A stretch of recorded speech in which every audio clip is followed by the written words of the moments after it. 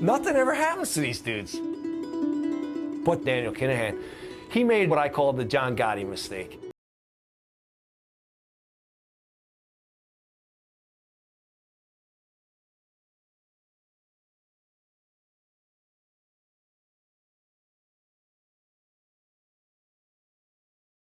With Daniel Kinahan, the biggest fight in British boxing history has just been agreed. Get him there, my boy! Now everyone knows who the Kinahans are.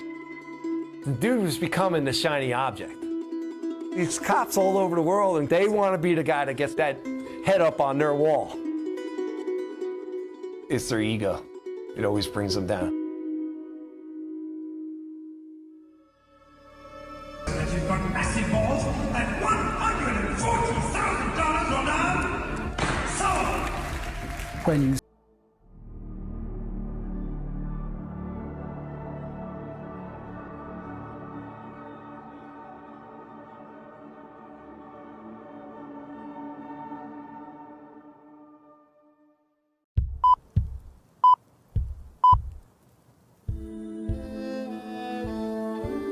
very warm welcome. Looking forward to the pleasure of your company for the next 3 hours.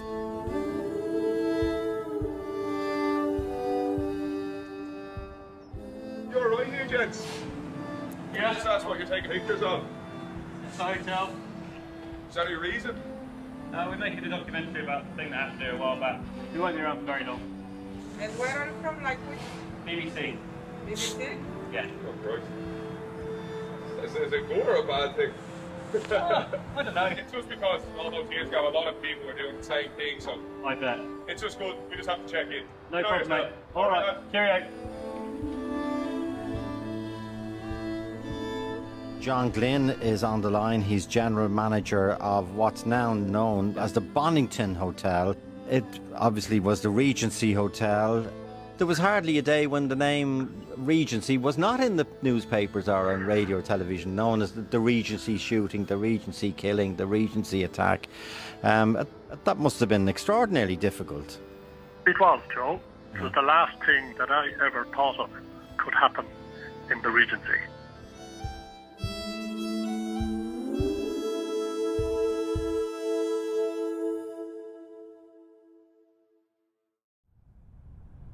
I'm Ernie Leslie, a photographer with the Sunday World, and my colleague here, Alan Sherry. Say hi, Alan. How are you?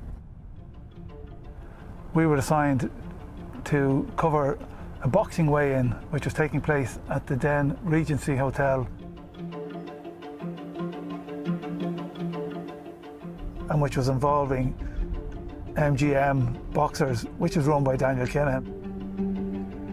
He was trying to show himself as a different character to what was being portrayed in the media as a gangster. He comes across as a very personable type of guy, as long as he's not trying to shoot you. We were hoping that we would get photographs of members of the gang, either Daniel and Christopher Kinahan or other associated members of the gang. There was a feud going on at the time. There'd been 3-4 different shootings, some fatal, some not, in the build up to this. They were escalating to the point that it was going to reach a head at some stage. I suppose whenever there's a gangland feud, there's always a chance of something happening.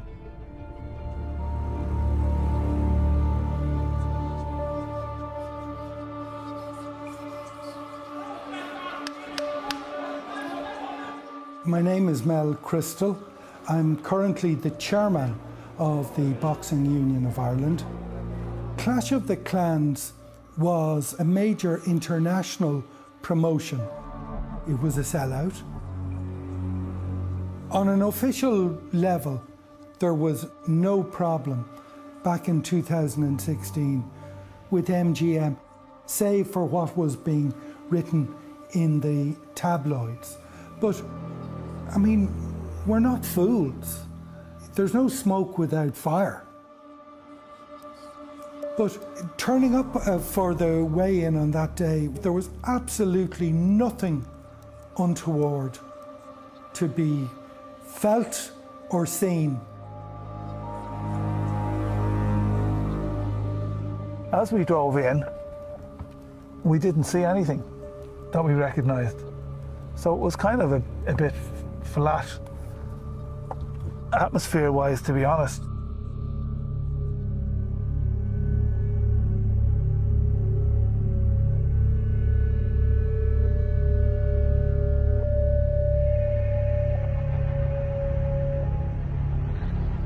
We were almost at the end of having weighed in 18 fighters.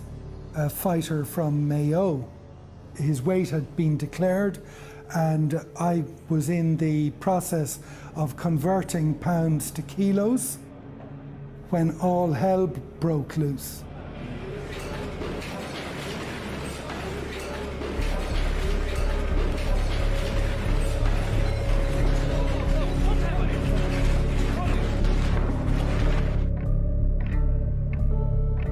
We were sitting there probably just talking shite like you do, and suddenly a bang went off. Sounded like a gunshot. But of course we didn't actually believe that that could be happening at an international boxing weigh-in in the middle of the day in a hotel full of people. We no more had the words out of our mouth when I noticed people running across the top of the street in panic, and I just quickly realised that that's exactly what was going on.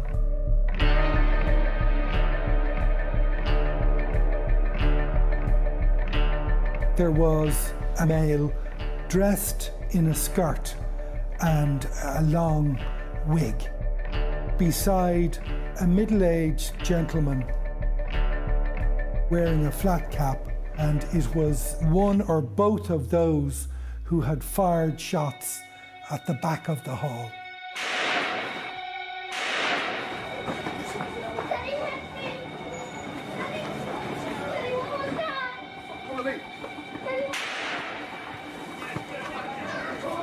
There were little kids there, and now they were part of a war zone.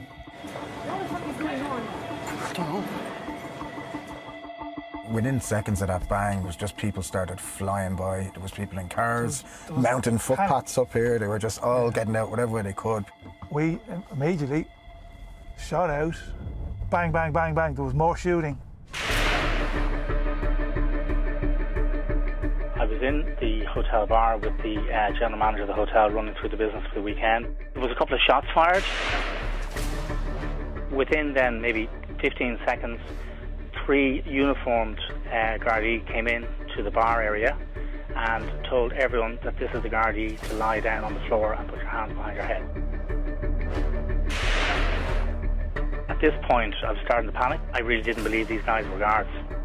I heard 2 gunshots, and 2 gunmen dressed up in Garda uniform came in through the front door into the lobby. One guy was running through the lobby. He just shot him in the leg. I jumped straight over the receptionist's desk.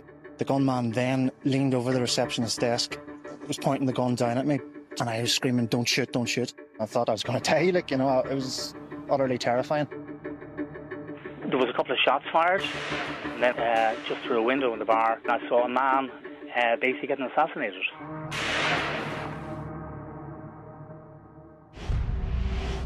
It's all happening so quickly. You're hearing gunshots going off. You're trying to ascertain where they're coming from. And as we approached here, we noticed the silver van. The window was open and a hand popped out. Face had been removed, obviously by one of the gunshots.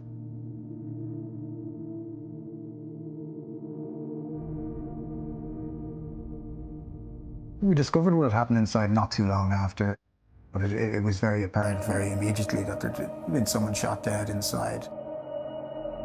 We knew who he was aligned to. We knew it was an attack on the Kinahan organisation, and we knew who the main suspects would be because of what we've been writing about for the previous few months.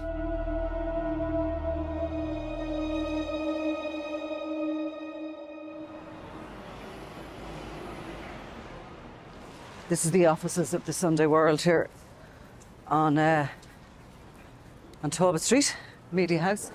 It is now. I'm Nicola Tallant. I'm the investigations editor with the Sunday World, and I've been a journalist for nearly 30 years. So, the newsroom's on floor 3. In my journalism, almost every story I've done has gone back to cocaine. And then in the last 20 years, really, every story about cocaine has gone back to the Kinahans. That's how significant they are. Afternoon. Need to do a little bit of podcasting now. Yeah. Those things. So when people talk about Ireland, they talk about drugs, your brain goes to the Kinahans. They've really put us on the map internationally. They're on wanted posters. There's 5 million bounties on their heads. If they were a football team, we would be celebrating. We would be welcoming them home in an open-top bus. They're not. They were street dealers who became billionaires.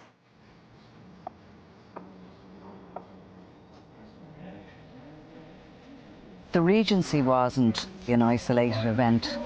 It was a culmination of the implosion of the Kinahan organised crime group, which started really months previous. Things started going wrong.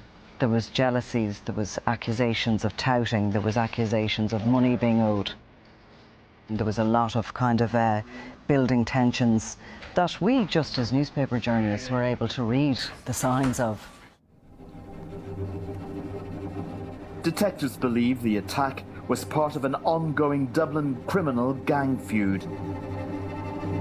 The dead man, David Byrne, and the 2 injured were known to Gardaí.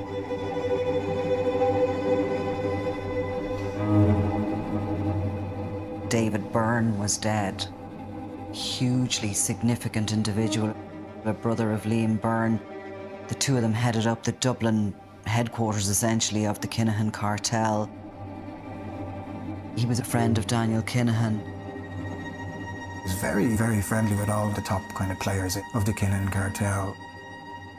You knew once he was killed that there was going to be serious retribution.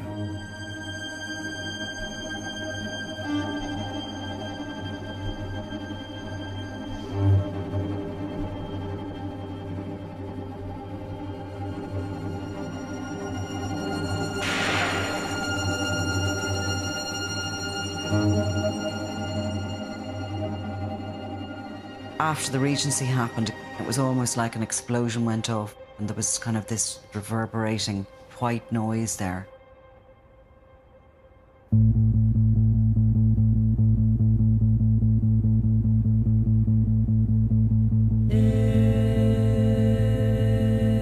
The funeral is taking place today of David Byrne and has sparked a major Garda security operation. Absolute show. Flaunting the money they have got from drugs. This is the mobs type stuff. This is Mafia type stuff. Why are our guards there protecting? An absolute look into the dark heart of the Kinahan cartel. You know, they came out en masse wearing a uniform. Blue shirt, black tie, and Daniel Kinahan was photographed here, front and central. It put the Kinahan name into the consciousness of Ireland.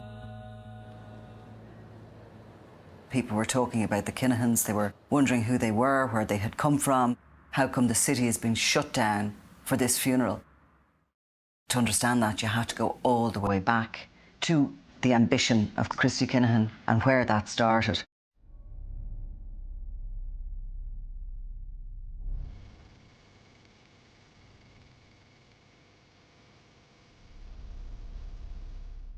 Christy Kinahan Sr. would be like a cuckoo in the nest of organised crime. He doesn't really fit. It is pleasant, as you stroll through Stephen's Green, to see sitting there, relaxed, at their ease, the well-fed, happy citizens of Dublin enjoying the view. Christy Kinahan Sr. came from a very stable family home, and he was the only boy in that house, so he was spoiled, doted on, adored.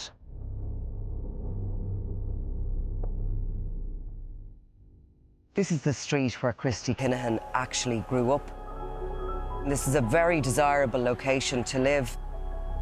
His father was working up in a taxi rank up at the Gresham. His mother actually ran a B&B from their home here. This is not the normal place where an organised criminal had grown up.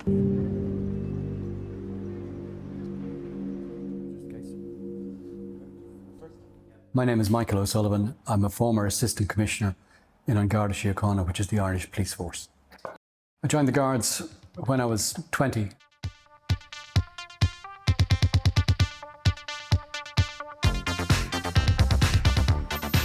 Dublin at the time was quite depressed. There was a recession on, for want of a better term.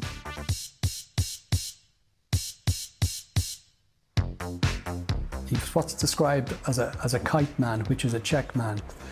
He'd be a guy who could pass himself off as English or as well-spoken from Ireland. He would put on a posh accent and go and bounce checks and disappear again. As criminals go, he was inconsequential. However, he was very strategic in the way he would think, and he was always looking to earn that extra money. He was an opportunist, and he began to see that there was an easier life than bouncing checks, and there was far more money in it. He decided that he would get into the heroin business. Dublin's sudden heroin epidemic is now threatening the very lifestyle of the city, where children as young as 9 and 10 have taken the drug, and in some areas there's some heroin addiction more than in the worst black ghettos in New York. Well, heroin sold on the streets of Dublin in 10 packs, costing £10 each. It would contain sufficient for one injection, one fix. And that's what the kids are queuing up for? Yes, that's what the young people would buy. 1 minute heroin wasn't there, and then the next minute it seemed to be everywhere. Friends used it, cousins used it, family members. Not unusual to have everybody in the family using heroin. And it brought about complete chaos. Follow that car, huh? My name is Ronnie Bourne, and I'm a community activist for the last 40-odd years in the southwest inner city. So just here on the left is Dolphin House, the start of Dolphin House. I grew up in the flats there. I've been up here in a couple of years now. Right.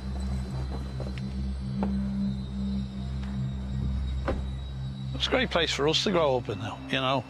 It was always very friendly. Most people were in harmony. You'd have the odd stupid stuff going on here and there, but yeah, generally it was a good area to grow up in. Yeah. Up until around the 80s when the drugs came in. Bingo! I could never imagine a world without heroin, never. Never. Do anything for it. Prostitute, do anything, you know, it's just a thing you have to have. Born addicts. These babies are Dublin's youngest and most innocent heroin victims. I've got 2 drug addicts over in my own home. Don't bring this pain and sorrow on yourselves and your families. That's it, yeah.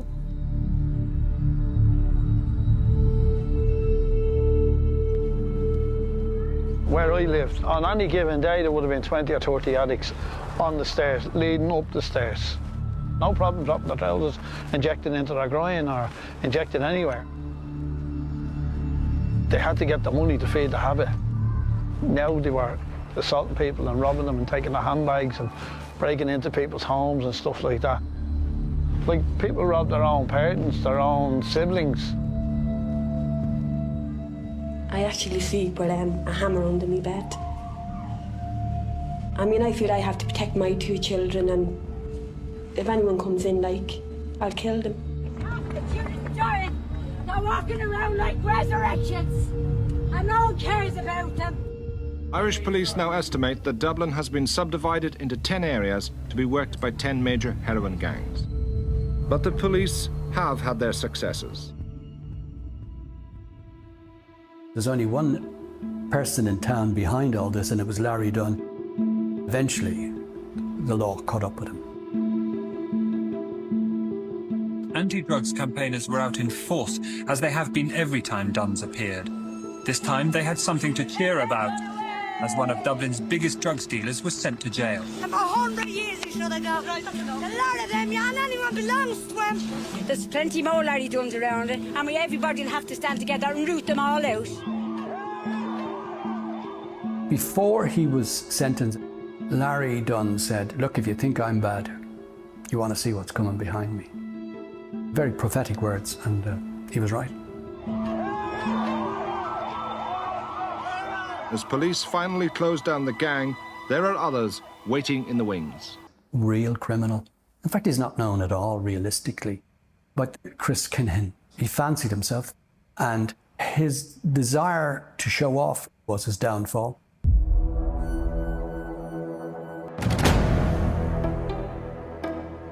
We had heard that he drove a red sports car, which was unusual in recession-hit Dublin at the time.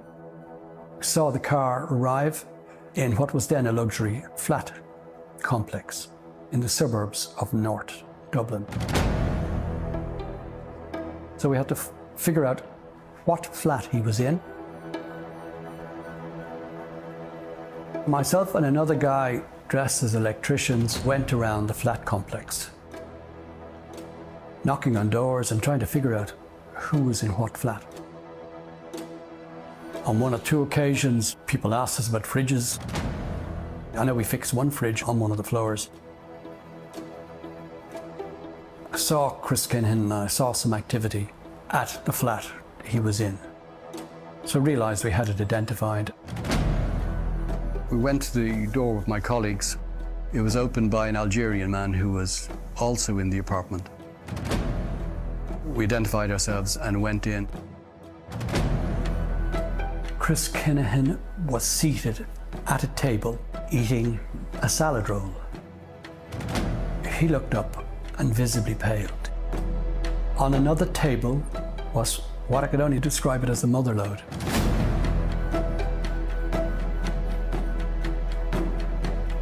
He asked me my name. He said, "Is your name Sullivan?" I said, "It is." He said, "I was told to look out for you." I told him, "You should have took that advice." Following the jailing of several major drug dealers in recent times, other people moved in to set up new importation and distribution networks, and this was one of them. When drug squad detectives raided the luxury apartment at Fairview, they found Dubliner Christopher Kinahan with over £100,000 worth of heroin. This shows the kind of ambition he has. This isn't just some sort of a local drug dealer selling gear on the streets. This is somebody with the ambition to become a major player internationally. Gardaí believed the apartment was the nerve centre of a big drugs ring. He's caught with an Algerian who is well known on the international stage. He's making international connections.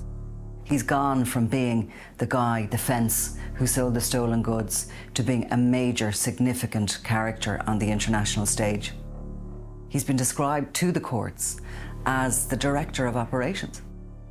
So that's a very significant step he's taken. Judge Moriarty said a horrifically high quantity of heroin had been found in the apartment. Kinahan was jailed for 6 years. As a civil society, they go to jail. That's what we believe ends a criminal career. But in actual fact, Christy Kinahan used that time to make even more serious contacts, to grow his ambitious plan for the future. I mean, at the time, you just think it's the fall of another drug dealer. But, you know, this is just the beginning. Complex. It's here that Christopher Jr. and Daniel Kinahan were brought up by their mother, Jean Boylan, who was a cleaning lady. His presence gives them a bit of kudos, a bit of street. Daniel undoubtedly is looking up to his father as his hero. He wants to become him, and he creates his own little fiefdom within the Oliver Bond flat complex. It was here where they made a decision to follow their father into organised crime.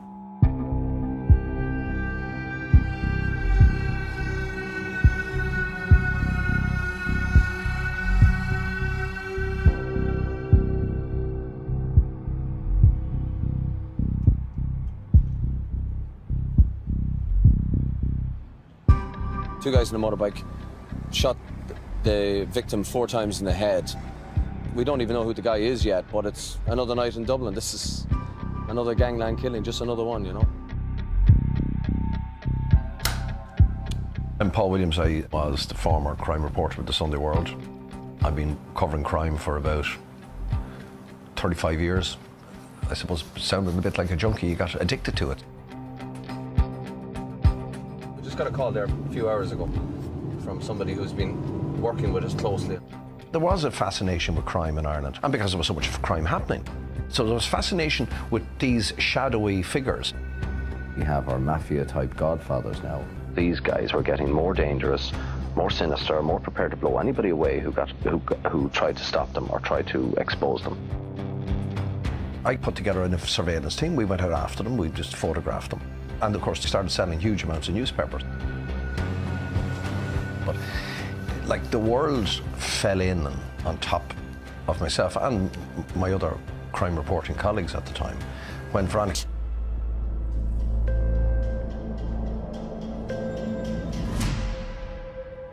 Christy Kinahan wasn't involved in this outrage, but he was a senior member of this emerging new generation of narcos.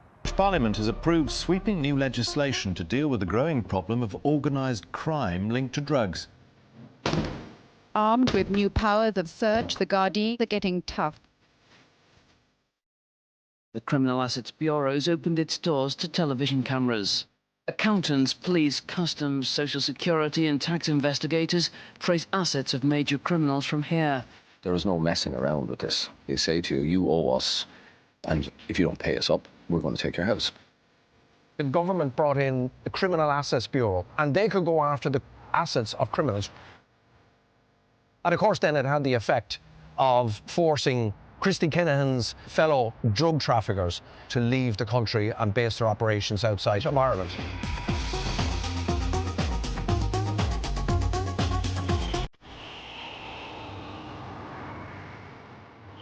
Christy Kinahan in the 90s decided, to flee from Ireland and find a safe haven in Amsterdam. Behind that tall building and all those buildings, that's really the old red light district. And that's where Christy Kinahan was hanging out. Organized crime was basically in the center of town. I think it was Paul Williams who referred to Amsterdam as the Wall Street of the international drug market. Be it Irish, British, Spanish, Colombian, Venezuelan, you name it, and they were all here to do the same illegal business. Christy Kinahan came to Amsterdam in the middle of the 1990s.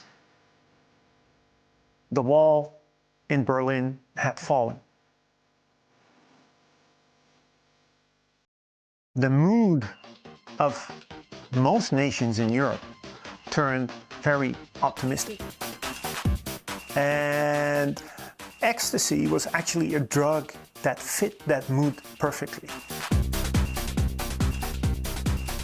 When Christy Kinahan came to Amsterdam, that thing was on the rise. And he saw the market, and he saw a chance, and he took that chance. The boom was from like 93, 94 on into the new century. And that was really the time where Christy Kinahan and his associate John Cunningham were in the Netherlands.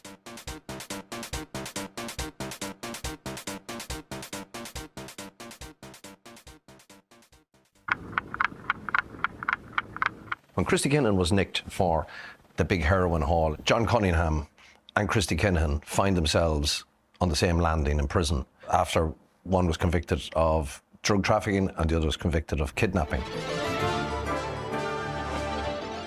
John Cunningham, referred to by his accomplices as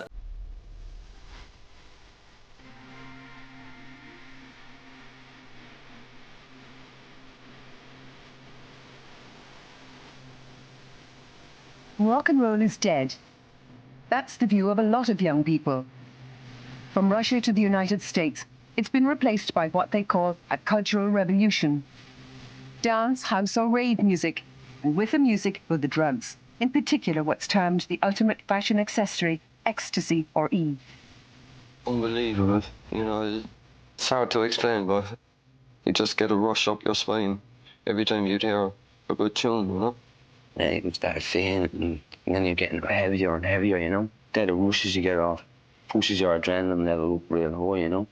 All of a sudden, yeah, the music starts getting going around dancing and that, you know? For the pushers of drugs, there's no shortage of work or profit. It's a lucrative, if dangerous, trade.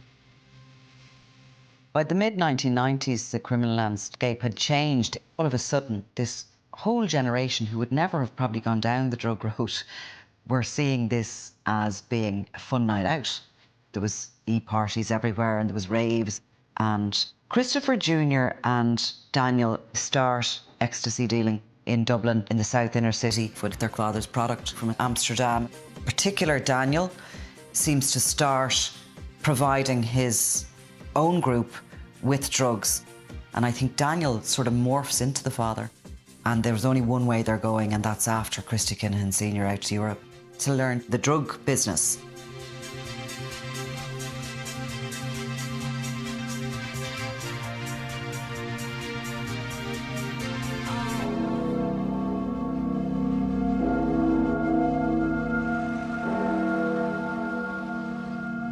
Beginning of 1997, Christy Kinahan Sr. breaks cover and comes back to his father's funeral.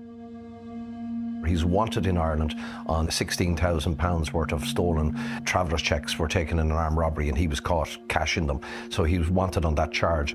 He comes home, he's busted. I was assigned to interview him with another colleague, and by his very nature, Chris Kinahan wouldn't say very much. During the course of the interview, he remained silent for quite a period of time and broke the silence to say, "You think you're so smart. I followed you." I said, "I know," and I told him the car and the registered number of the car that he followed me in. And then he went silent again, and that was the last conversation we had.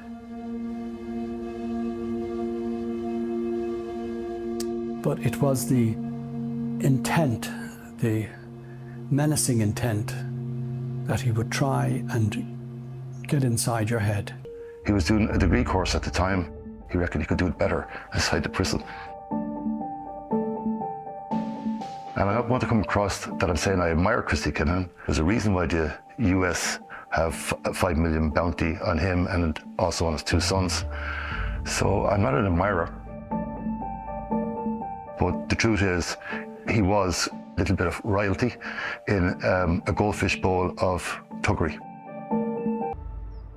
When Christy's in prison and he knows his business is okay, Daniel Kinahan, who's now just in his early 20s, is very much involved at a management level on the Irish side of his father's international drug trafficking operation. There was no doubt about that. There's an intelligence document here from 2000 which clearly points out the fact that, you know, Daniel, on the instructions of his father, Christopher, is visiting him in Portlaoise prison approximately 3 to 4 times a week.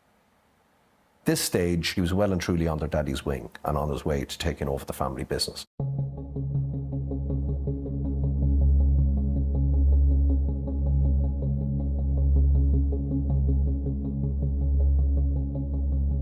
These are the new weapons of the drugs war. Miniature submachine guns are now part of the armoury of Ireland's criminal gangs. Fitted with silencers, their deadly purpose is obvious. But 15 of these weapons, along with 10 pistols and over 300 kilos of cannabis, are in the safe hands of the Gardaí in Monaghan. It's understood the drugs and weapons were hidden in a consignment of frozen food which landed at the port of Dublin yesterday morning. Just before Christmas in 1998, a couple of pallets of pita bread arrived into a food storage facility down on the border in County Monaghan. And when it was being moved, it accidentally was broken open by a forklift truck, and out of it spilled nearly a ton of hash and an arsenal of 20 or more machine guns, machine pistols and automatic pistols. It was an extraordinary find and was found purely by accident. A major investigation begins to track down the source of that stuff, which ultimately leads back to Amsterdam and to John Cunningham.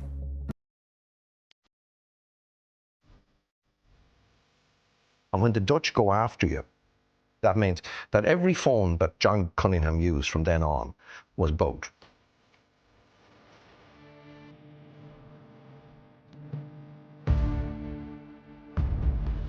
Well, I prefer to protect my identity because over the years in the National Drug Unit, we deprived the Kinahan organised crime group of many millions euros worth of drugs, etc. And I'm happily retired now and I'd like to stay that way.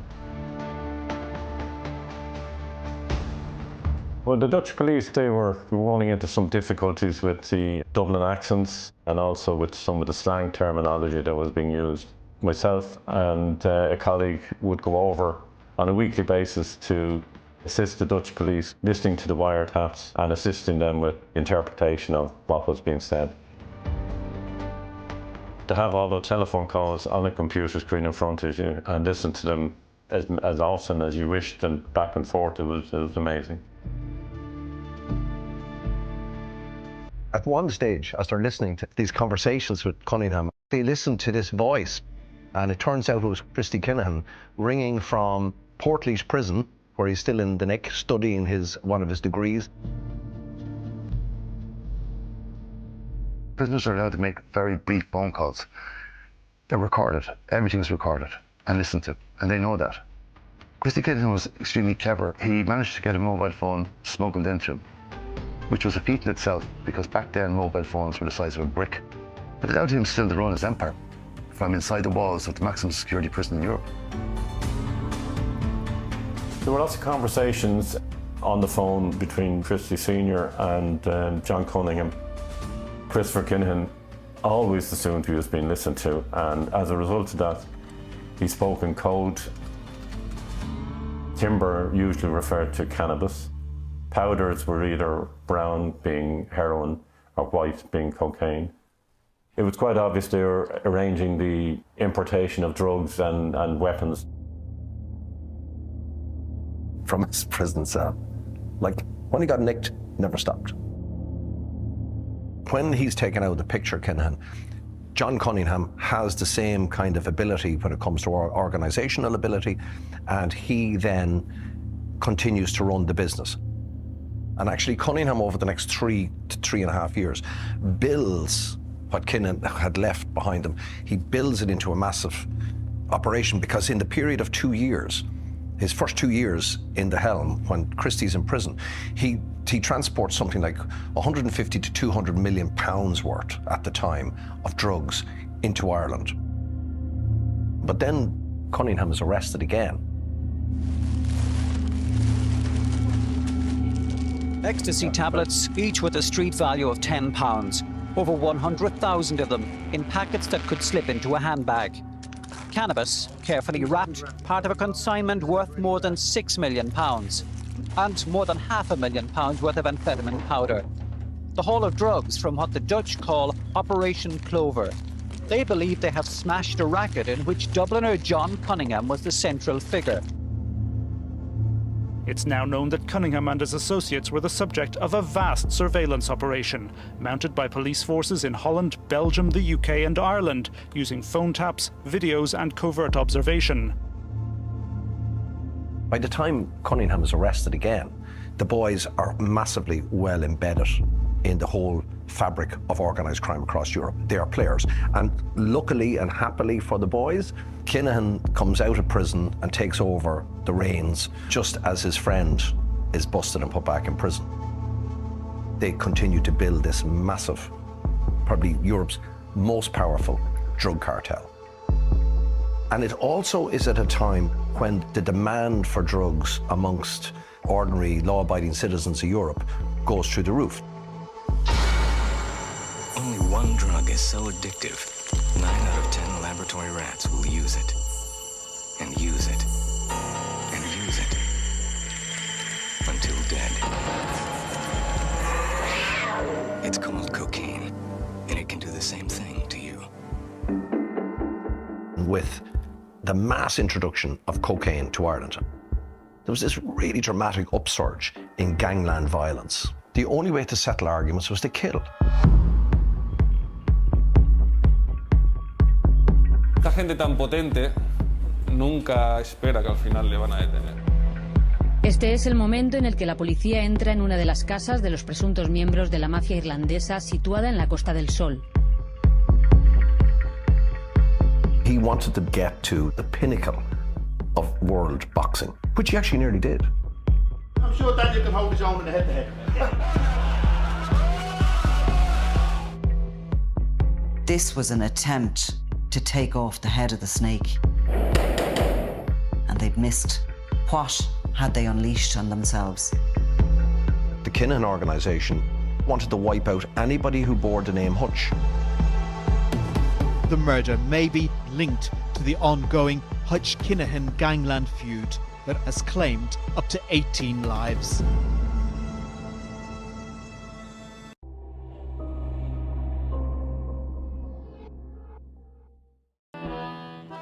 We would ask you to remain seated and make the bus at your chosen stop only when the relevant commentary ends. We hope you enjoy your tour. Ah, for fuck's sake. This is it, baby. It's like downtown Manhattan, isn't it? Oh, yeah. I know where to bring you. The biggest hypodermic needle in the world. How ironic is that? They put a hypodermic needle in the middle of the biggest junkie centre in the country. That's the south side over there. Here's the north side here. It's completely unrecognisable compared to what it was like 30 years ago. 3, 2, 1. A booming economy soaring ahead of its European neighbours. Suddenly, we emerged as a successful, proud, confident society. 51, 56. All these buildings sprouted up everywhere, all associated with banking, money, international, global commerce. The Celtic Tiger started this boom. It just took off like a rocket. That economic boom, it generated an even greater boom in gangland and organised crime because the new Irish fell in love with cocaine. It created this whole alternative ecosystem, a bit like the rats in the sewers underneath the grills. One of the biggest rats in that sewer system around here was a fella called Christy Kinahan. Yes, you've got massive balls and $140,000 on that.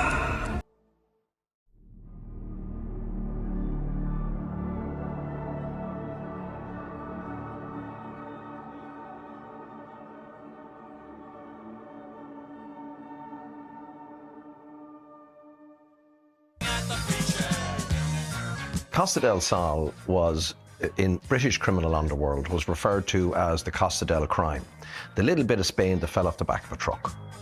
That was where all the blaggers and faces, as they were called, like the Mickey Greens of this world, the big villains, the great train robbers, people like that, all went, because there was no extradition agreements at that stage. And it became then an extension of Amsterdam. And it was cold in Amsterdam. Villains loved the heat. Christy Kinahan Sr., he was kind of on the move constantly. And of course, to be a major drug supplier to Europe, you have to have a presence on the Costa del Sol.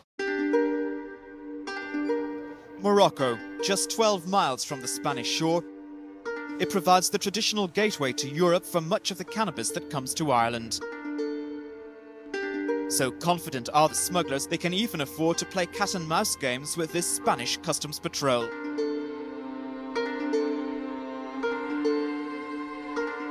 Christy Kinahan Sr. got an introduction to some Moroccan suppliers of cannabis.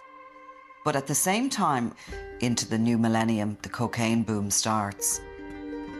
If you're in that business, I'm sure there's a lot of excitement in the air because the money is really, really ramping up. And he was out there developing what was to become one of the biggest cocaine groupings in Europe,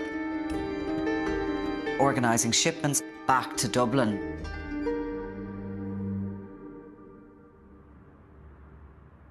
Irish people are close to the top of the list globally in cocaine use.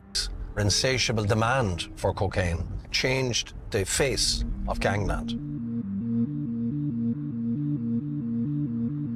The body of the latest shooting victim was known to Gardaí, and detectives believe the killing may be linked to a feud between two Dublin criminal gangs. Very quickly, we found ourselves in a new era with this new generation, a young group of criminals born into crime. Second, third, fourth generation criminal families they were from. These really dangerous, volatile gangsters. They all coalesced around Daniel Kinahan, principally because the father had become one of the biggest suppliers to the market, so he became the natural leader. And they were making fortunes on the back of working with him.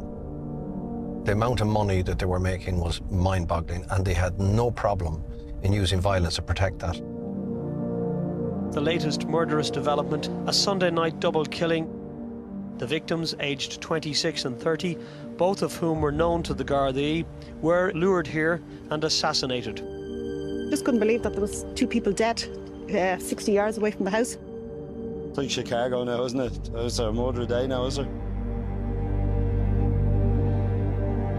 Daniel Kinahan was in charge of this very large, complex network of an organised crime gang, all young lads. See, with a new generation, a new breed of narcos. You had Crumlin and Drimna gangs, like Liam Byrne, his brother David Byrne. Big, heavy guys like Fat Freddie Thompson, career psychopath. I can't remember how many people he murdered. Paddy Doyle, he would murder anybody that he was asked to murder. Daniel had formed this very powerful and intricate network of criminals around him, which stretched from the north side to the south side. And probably one of the most important and pivotal figures in that relationship was a guy called Gary Hutch. And that alliance ultimately was going to put us on a trajectory to absolute mayhem and murder.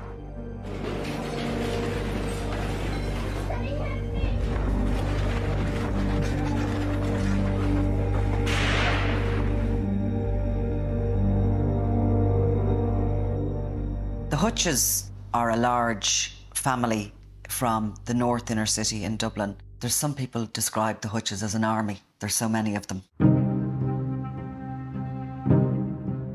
The majority of people with the name Hutch are not criminals, but the fact of the matter is there's quite a few who became major names in criminality, in particular Jerry Hutch. The Monk was his nickname. Jerry Hutch is so famous in Ireland that people would just call him Jerry, and they know who they're talking about. Everybody feels they know him. You have a reputation of a man to be feared. Yeah, probably so, but it's not like back off or I'll do this. It doesn't have to be said. Yeah, well, maybe so. Yeah, if that's it, that's it. But you are a convicted criminal. Oh, yes, a convicted criminal, yeah, I know that. But not a convicted armed robber, not a convicted hitman. You know, my first conviction was for stealing a red bottle of lemonade. I got a fine, and then I was involved in another crime as a kid, stealing and breaking into shops. I had no choice. You had to get into crime to feed yourself, and mind, dress yourself. That stealing and that robbing soon became a career. A Securicorp van containing £1.4 million was hijacked by armed men outside the Bank of Ireland. He was suspected of being behind two of the biggest robberies in the history of the state. The raid lasted just 1 minute and has been described by Gardaí as daring and sophisticated. Gardaí forensic experts were trying to piece together how 5 men carried out one of the most daring robberies in the state's history. What can I say? If everyone believes I done it, hands up. I didn't do it. That's all I can say. I think Jerry Hutch is one of those charming bad guys that, you know, people seem to like. Yeah, come on, say what? What do you want to say? The papers want to leave this man alone. Good, He very much pushed a propaganda that he was anti-drugs. He was almost a caricature, and I think that brought a bit of warmth from the public. He was hit with a bill from the Criminal Assets Bureau, known as BCAB. He was so cross about having to pay them that he registered a company called Carry Anybody Limousines Cab. I've got my good friend Jared picking us up in his Hummer limo. You know, I've come out in style. So we're outside a bank, yeah? He's all got his tools and his bags. So how's he driving? Oh, fantastic. Fantastic. Who's going to complain about his driving anyway? Get away, Not me! Not me! The older generation of the Hutches were largely kind of robbers and blaggers. The next generation under them, which would have been led by Gary Hutch, they're coming into a different world. Drugs are everywhere.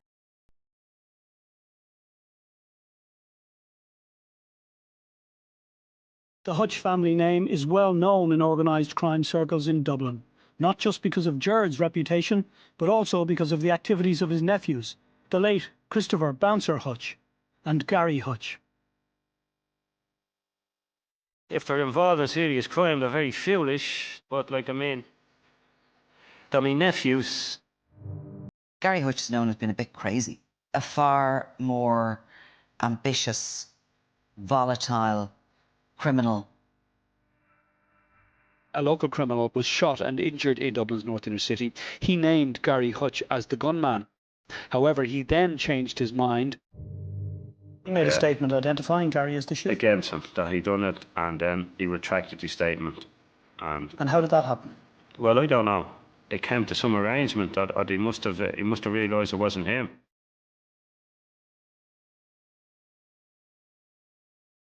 Gary Hutch, he is befriending Daniel and Christopher Kinahan Jr. because he's that ambitious. He knows that if he goes with them, he's going to get up there. He will do anything for them. By the mid-noughties, Gary and like other nephews in the family become part of the Kinahan gang. What we call now the Kinahan cartel, it is sort of like a glorified catch-all description for the entire group, because the Hutches were so very much a part of it. The name Hutch was indistinguishable from Kinahan. They were all the one. Their power lay in their unity.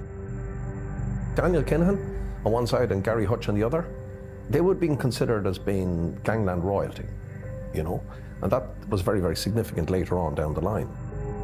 But the problem with the human dynamics of criminal organizations, the template for them is that gangs that are very tightly knit, they inevitably fall out and they kill each other. The case of the Kinahan and Hutch collaboration, it was always destined to blow up in that way as well.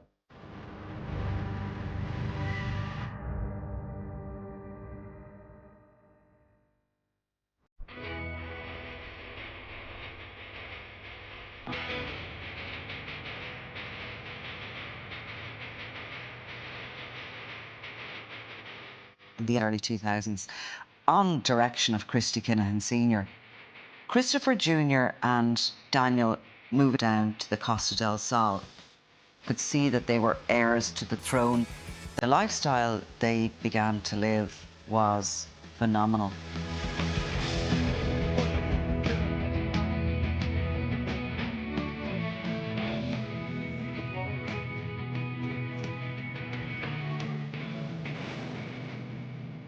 The Sunday World have been working undercover here on the Costa, and today we bring you inside the world of the Irish Mafia. This is Daniel's home near Estepona. It's a mansion complete with private pool and top-of-the-range security, the best that money can buy.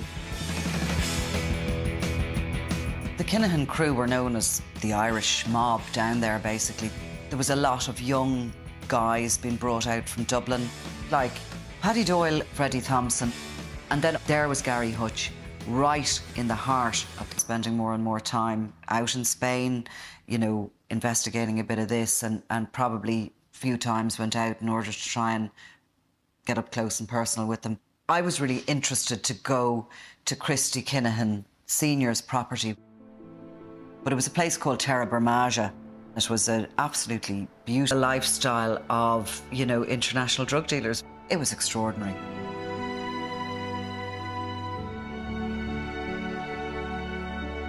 The cops in Spain put up with a lot, but they don't really like murders because it scares away the tourists.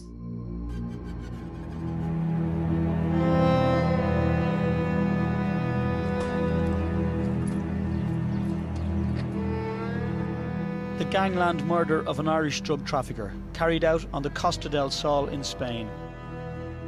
Patrick Doyle was a suspected international drug trafficker and a target of the Garda National Drugs Unit.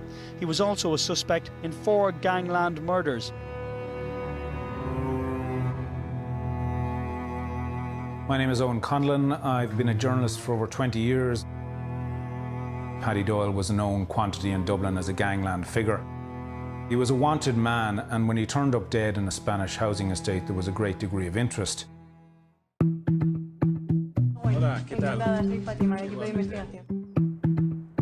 I was speaking to one of the local residents who said that this SUV in which Paddy Doyle had been travelling was a regular sight going through the estate. It seemed that it had been set up as an ambush. Esto fue el primer víctima de Kinahan en España, Paddy Doyle. La gente le tiene miedo aquí en Irlanda.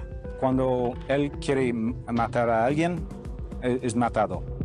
Paddy Doyle was murdered in February 2008, in or around the time that approximately €500,000 of money belonging to the Kinahan cartel disappeared. So Spanish police immediately drew the conclusion that he had been killed because he had stolen it. A jeep with 3 Irish criminals was fired on from another car.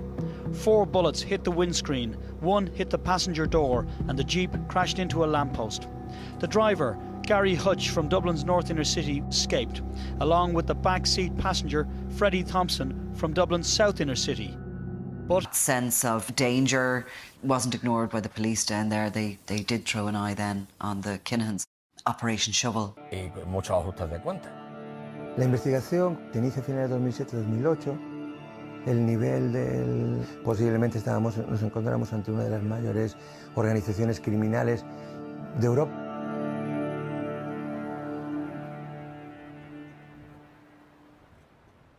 So Operation Shovel had the Kinahan organisation under surveillance for 2 years, and it was a very significant and well-funded operation. En las organizaciones potentes suele haber siempre mucha medida de seguridad, pero en este caso iba un poco a otro nivel. Esta gente pagaba cursos, seguridad de personalidades, prácticas de tiro. Y además ahí te enseñan pues, a ver medidas de contravigilancia para ver si te están siguiendo, rápidamente de un sitio a otro, además unas velocidades tremendas. In 2010, I managed to get in contact with a source who was able to provide the entire Operation Shovel police file. It took me 3 days to print it out. For roughly 2 years, I'd been following them and recording everything they said or did. It was a case of picking the nuggets out of the chaff, and there was a lot of chaff. Gary Hutch would text Daniel Kinahan to see what he wanted down the local shop, and he would say, "I'd want a Capri Sun, please." John and Edward X Factor, not to be missed. It was almost mind-numbing to a degree, but there was about 5% of it which was useful. Lo que se descubrió es una organización perfectamente estructurada, muy profesional, comandada por un individuo muy inteligente. Podríamos decir, el típico director de una multinacional. Christopher padre, Kinahan Senior, llevó una vida, ya te digo, muy discreta, muy normalita.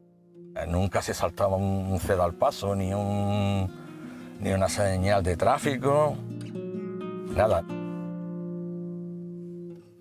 Operation Shovel really gave an insight into Christie Senior's business acumen. The gang was actually running out of places to stash all the cash that was coming in. He was buying up gold, diamonds, rice. The money was going everywhere. Y pudimos detectar y realizar seguimiento de varios desplazamientos que Kinahan había realizado a Brasil para cerrar acuerdos o firmar documentos.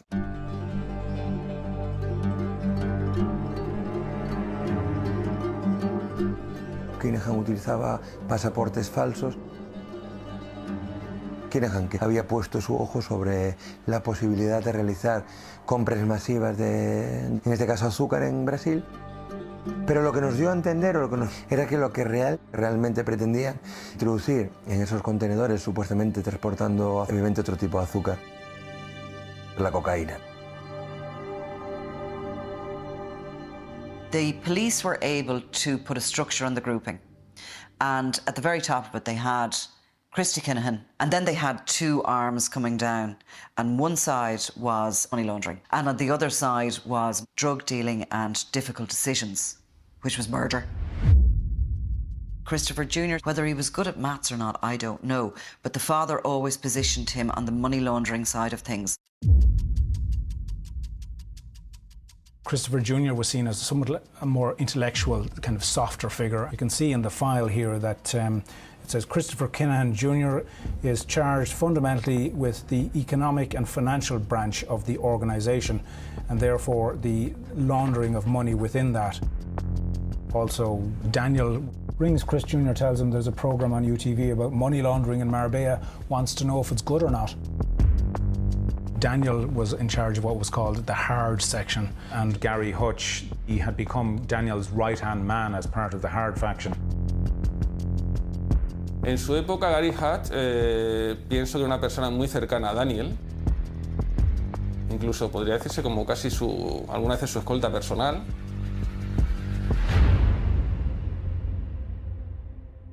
They were true friends.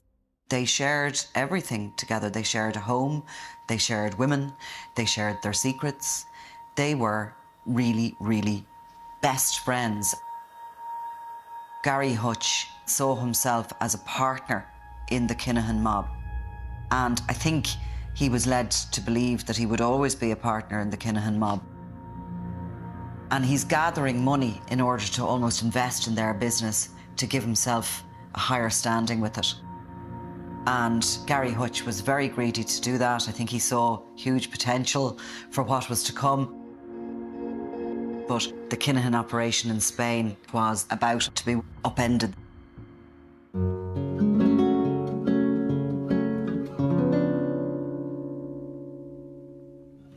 Operativas no pueden ser eternas.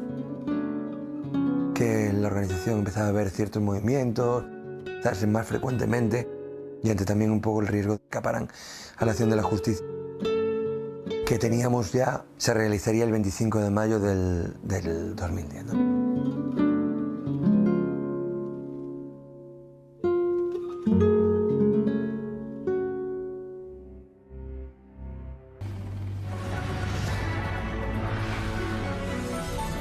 Este es el momento en el que la policía entra en una de las casas de los presuntos miembros de la mafia irlandesa. La operación se ha realizado de manera simultánea en España, Irlanda y Reino Unido. In May 2010, the Spanish carried out simultaneous raids with Irish police, with British police, Dutch police, and suspects were arrested, over 30 of them. Not just gang members, lawyers, accountants, professionals, anyone and everyone connected to the cartel's operations. In the same week here, the Gardaí found one of Kinahan's drugs warehouses and seized €10 million worth of cannabis and firearms. The lifestyles they were leading on the Costa del Sol, evident from the homes they lived in and the luxury cars they drove.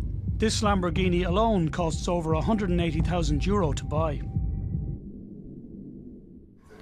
Let's go to 2010, right?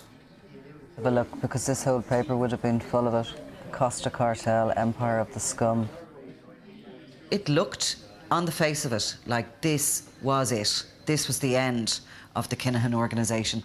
They had finally fallen foul of the law. The Sunday World today lifts the lid on the amazing scale of Dapper Don Christy Kinahan's empire in the sun. The Spanish were very happy with themselves that they had literally taken the Kinahans out. The standout thing for me was the 100 million that it was valued at. Phenomenal amount of money. No idea they'd become that big. No idea. This was a huge, big takedown of the Irish Mafia in Spain. The downfall of the family. Sure, it was only the beginning.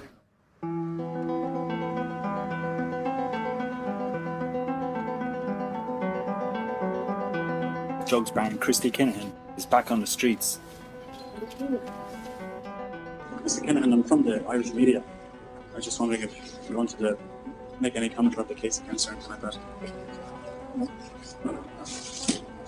He wasn't too pleased to see the Sunday World in Spain. He made a beeline for our photographer and tried to whack him with his brolly. He eventually thought better of the confrontation and was driven away by his female companion. Police are still investigating his multi-million euro empire.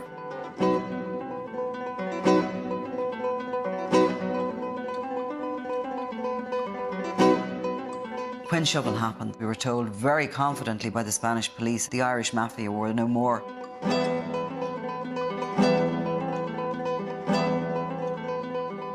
But Operation Shovel was an absolute disaster. By 2013, they got bail and they were out. They were back. They had been telling the gang that they weren't going to prison, they were going to beat these charges, which of course they ultimately did. There was a photograph that has been much used of me beside Daniel. I think I probably asked him, was he back in business? And was he going to fight these charges? And he didn't engage at all.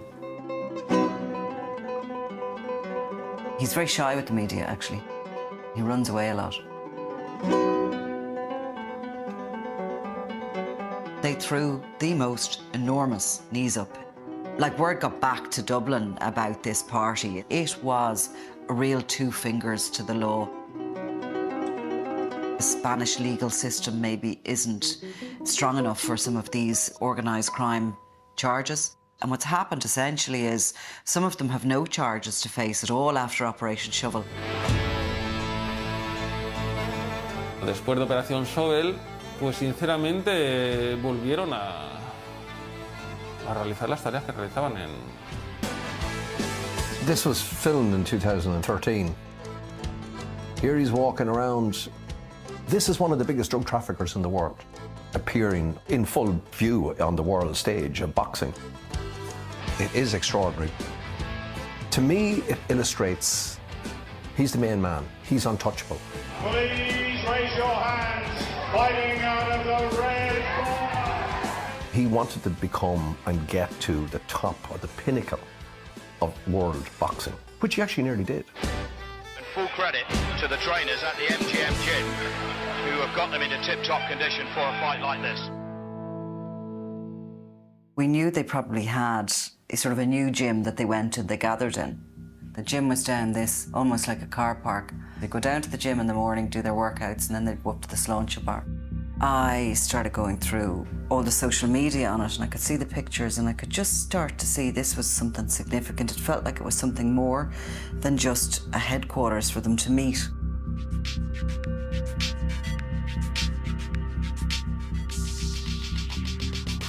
Welcome to the world-famous MGM Gym, Macklin's Gym Marbella, in the centre of Port-of-Banús. Let me take you inside and show you what it's all about. This was, on the front of it, Matthew Macklin's gym, who was obviously a big sports star. 2 weeks ago, Matt Macklin put his boxing career right back on track with a brutal first-round stoppage of Canada's Joachim Arce. Matt, meanwhile, is opening a gym in Marbella. Anyone who's come down, I'm sure they'll tell you themselves, it really is a 7-star gym. Matthew Macklin was a figure, a public figure. OK, he was friends with some of the members of the Irish Mafia, but he obviously had nothing to do with crime himself. But actually, the guy who was really running the show was Daniel Kinahan. I'm the figurehead, but there's the guys like you say, Daniel, and they work tirelessly behind the scenes, and they're much more the driving force than me. I'm just the figurehead, really. I mean, and they're going to give me opinion, obviously, on the boxing side of things, but they deserve the credit, really, to be honest. It looked like a vanity project to me. But then they actually started signing real boxers, proper boxers. Came over and met my manager Daniel, and just clicked. Boxers was now facing Marbella. There's two people. There's Daniel and there's Matthew. Sat down with Daniel, discussed what was in the pipeline. One of the best moves we've probably made. And there's no manager out there that could have offered me what MGM have offered me. They had signed up some members of the UK Olympic team. Thomas Stalker in particular. I thought that was massive when that happened. I'm very lucky. I've met Daniel, Matthew. There's about 20 people over here that I feel like I've known them my whole life. And they were signing up coaches that were real proper coaches, nothing to do with organised crime. There's another piece of news in the middleweight division, a breaking story that our own Jamie Moore has been chosen to steer his old rival Matthew Macklin back into action. What a story. You're going to have to come to Marbella, to Macklin's gym and train. Peace out. Nice one. There was sports people with no involvement in organised crime going there. Big stars of boxing. Anybody who came to town, who came to Marbella, was invited out to MGM. There was children going to exercise classes, at the weekends. And here in the middle of it was the mob, the Irish Mafia. It was their hangout. It's a classic Mafia move, all that. It was like that Pablo Escobar thing, buying into the community. It was that blueprint. They were hiding in plain sight. I had no idea how significant this was going to become, how significant boxing was going to become in this whole story.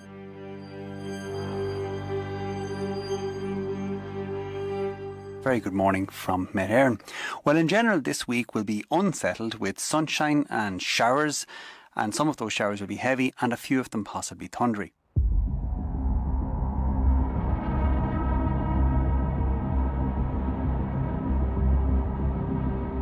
I'm Michael Zoyle. I'm a reporter with the Irish Sun newspaper. At the end of April 2014, Jean Boylan, the mother of Daniel and Christopher Kinahan Jr., passed away. And because of who her sons were, I was tasked with going along to her funeral at a church in Thomas Street. We knew that Daniel Kinahan and Christopher Kinahan Jr. were, of course, going to be there. There was various media people gathering around and taking their pictures. So I went along just to see who was there. After the funeral, Jean Boylan was cremated in South Dublin, and there was a Russian Orthodox church next to this crematorium. It was spray painted across the church door, "Gary Hutch, you rat."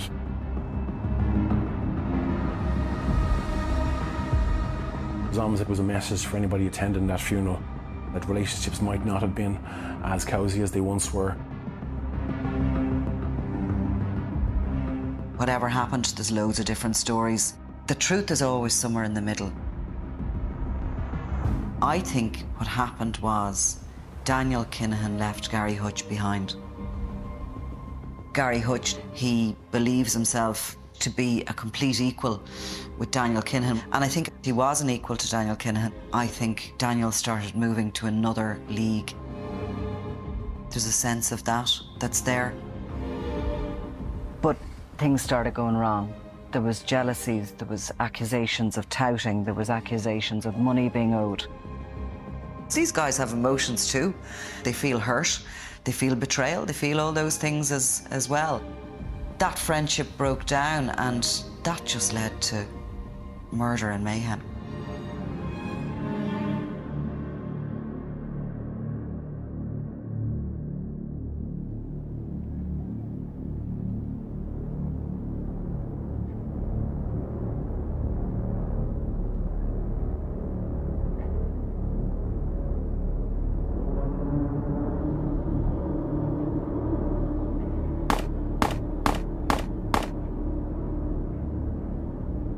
Former European light middleweight boxing champion Jamie Moore was shot in the legs in Marbella. He's now in a stable condition. Somebody I've spoken to close to Jamie Moore says that he appears to have been caught up in events that might involve others in that part of Marbella. When people get shot, there's usually a reason for it. Somebody wanted to shoot somebody. That was nothing to do with me. It's been a massive shock.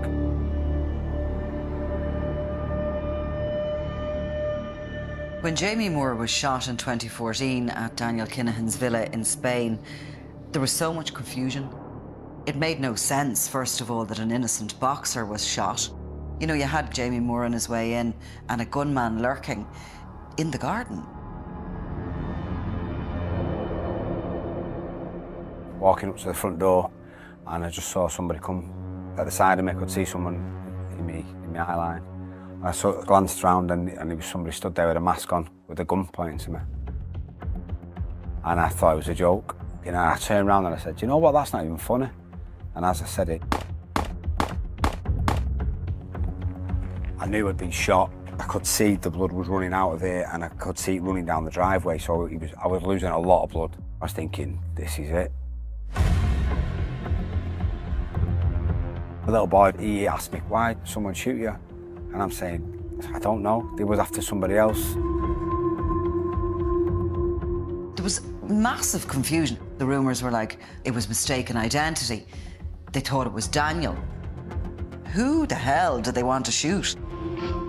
They've obviously realised they've got the wrong person because they've left me. While we're investigating, the cops are investigating, Daniel Kinahan's carrying out his own investigation, so he's the first to know that actually this was an attempt on his life. The hitman and an associate drove off, made their getaway. Police were able to identify the car. Corrupt cops basically told Daniel Kinahan this car was used in the shooting. We're absolutely sure. They know straight away the only person with access to that car was Gary Hutch.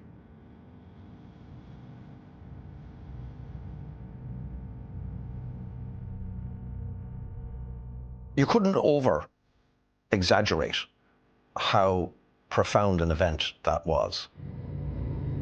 Here we have Gary Hutch from gangland royalty trying to whack his boss, who is from gangland royalty as well. This is a seismic event. Gary Hutch was obviously running for his life at that stage. But I understand of what happened next was that his uncle Jerry, based out in Lanzarote, he's brought back as a negotiator. It took me years to get him to tell this story, but he finally agreed in 2024. So what happened? Hang on a sec now. In the heat of the hunt, Gary got the blame for it. It was a dangerous situation, you know. Obviously, they wanted to retaliate and whatever, and so Daniel got in contact with me, wanted to organise a meeting. I told him no interest, not involved with you or your gang or any use. Don't want to know. And he pleaded with me to get involved on. So I did. I got in touch with Gary and I got in back to Daniel and I organised a meet for both of them. Gary Hutch and Daniel Kinahan had hammered out a deal, and Gary Hutch, he agreed to the family, or the Hutch organisation, handing over €200,000, which was a compensation of sorts for what happened in the garden of the house when Jamie Moore was shot. But Daniel Kinahan wanted revenge. He blamed Patrick Hutch Jr., who's a brother of Gary Hutch, for being the trigger man on the night. His insistence was that that fella must turn up, put himself forward to be punished. And he had to present himself to Daniel to be shot in the legs. And that's what Daniel did. Patrick Hutch turned up at the Mater Hospital with gunshot injuries on the 15th of August 2014. Garda arrested and interviewed him twice about the shooting. Hutch had refused to cooperate with that investigation. Daniel had got his pound of flesh. Gary was alive. So that was the end of the deal. As far as Jerry Hutch was concerned, and the Hutches generally were concerned, that was the deal done, and they would never speak of this again. And they thought they would honour this agreement. Ladies and gentlemen, this is it, the main event of the evening. Are you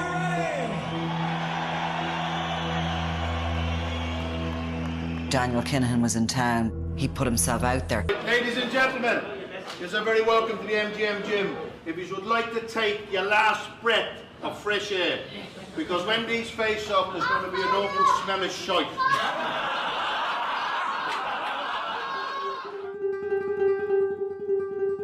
You look at that figure of Daniel Kinahan and how convincing he is and how manipulative he is and how believable he is. Here he is laughing and, giggling, and he hadn't a care in the world.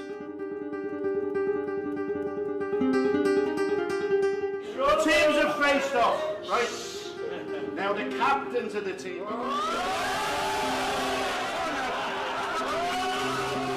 I'm sure Daniel can hold his own in the head-to-head.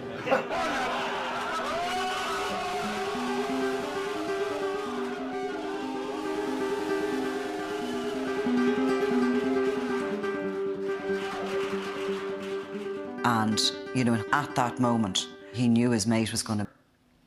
Exactly when I heard Gary Hutch was murdered, it was like an explosion had gone off and you just had to wait until it settled before you could even think straight. There was this sense of almost the calm before the storm.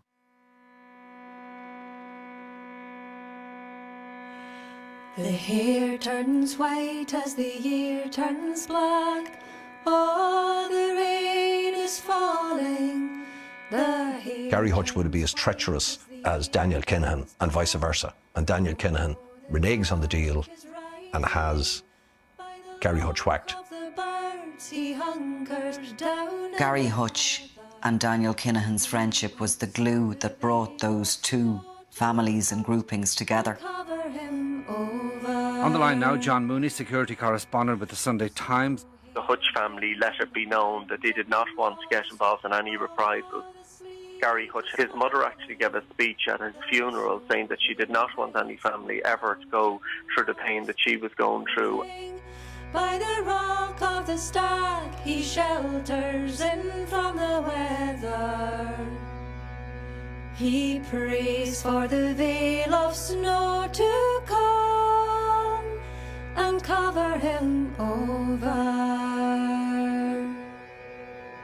And then on New Year's Eve, things take a very, very, very dramatic turn.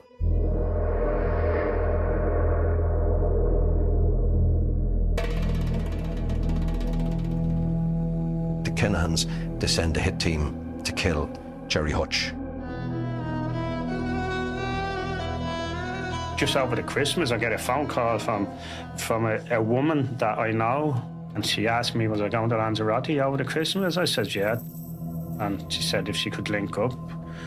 I said, oh, we probably will, we'll see. And we didn't intentionally link up, but we bumped into her. And she's talking to my wife and asking her where are you going, and my wife doesn't know anything about anything, and she tells her where we're going. And she asked my wife to stay with her, let him go around on his own. And my wife found that very strange. But there was alarm bells ringing from the day she rang me. But then when she said that in the pub, she was working on behalf of Daniel Kinahan. We went into a new bar anyway, and I'm watching the door, and I see these two gunmen coming in. I went bloody white. Blood went down to my feet. So I just stood up, picked the bottle up, and walked towards him, rather than run away from him. And as I got towards him, he just kept walking. He didn't see me.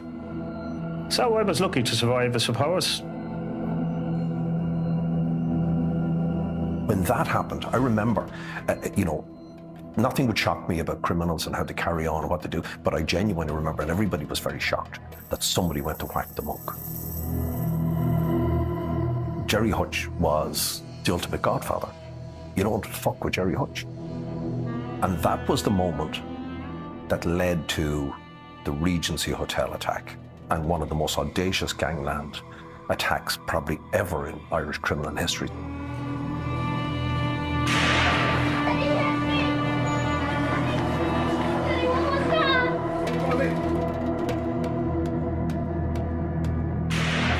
A man has been shot dead at a hotel in Dublin by gunmen thought to have been dressed in police uniforms and carrying AK-47 assault rifles.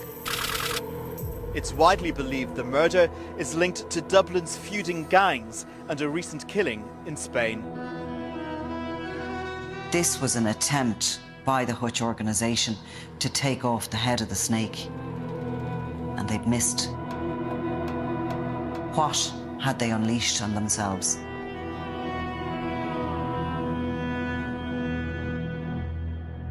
And then, on the Monday, Jerry Hutch's brother, Eddie Hutch, was killed, shot dead. A gang of at least 4 men, locals say, shot him dead in the hallway of his apartment because he was the uncle of Gary Hutch, who was murdered in Spain 5 months ago, and the brother of Jerry Hutch, known as the Monk. The reaction from the Kinahan organisation was they wanted to wipe out anybody who bore the name Hutch. They murdered Jerry Hutch's 3 of his nephews in the total,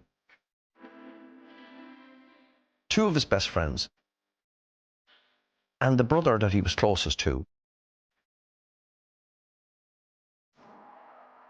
The media's going to report this as a feud. What's happening here is an extermination. You have an international drug cartel essentially saying they're going to exterminate one particular family. And this is the heart of Dublin. The soul is being ripped out of it.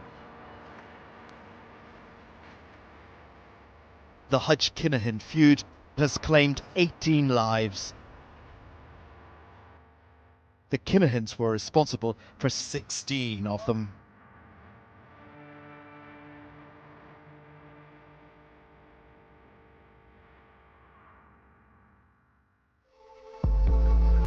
And I don't think that I can stop that. They call me a picture, and I expected of killing some people.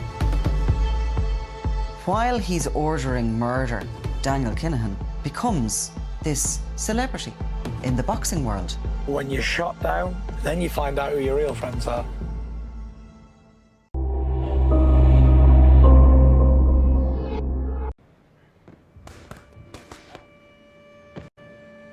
I really think if I keep concentrating and keep going the way I'm going, then there's nothing to stop me, really.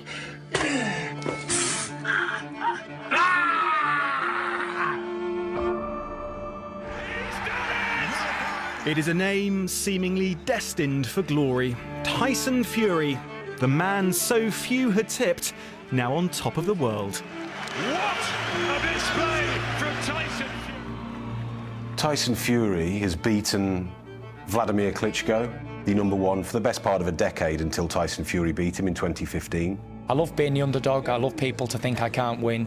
It drives me even further.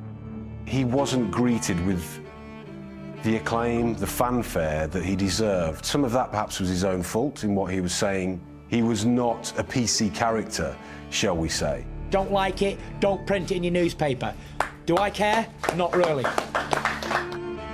He was suffering from depression, finding comfort in the wrong things. Come on, boys! Fury gets surrounded! Fury gets surrounded! I couldn't stop going to the pub. I couldn't stop eating rubbish. Cooking outside, the kids, so the kids. Oh. Thought I was totally finished. I didn't think I'd ever get well again. I knew I needed help from someone other than me. You did it to yourself, so there's no pity for an idiot. Just want to say I'm coming back. Better than I ever was before. He worked his way back from an almost impossible position. I like it! Break a fucking rib! To be the best heavyweight in the world. Tyson Fury tonight was quite brilliant, and he is heavyweight champion of the world. One of the greatest comebacks in the history of sport. Trafficking in firearms and narcotics. You're in the league of Pablo Escobar, Chapo Guzman.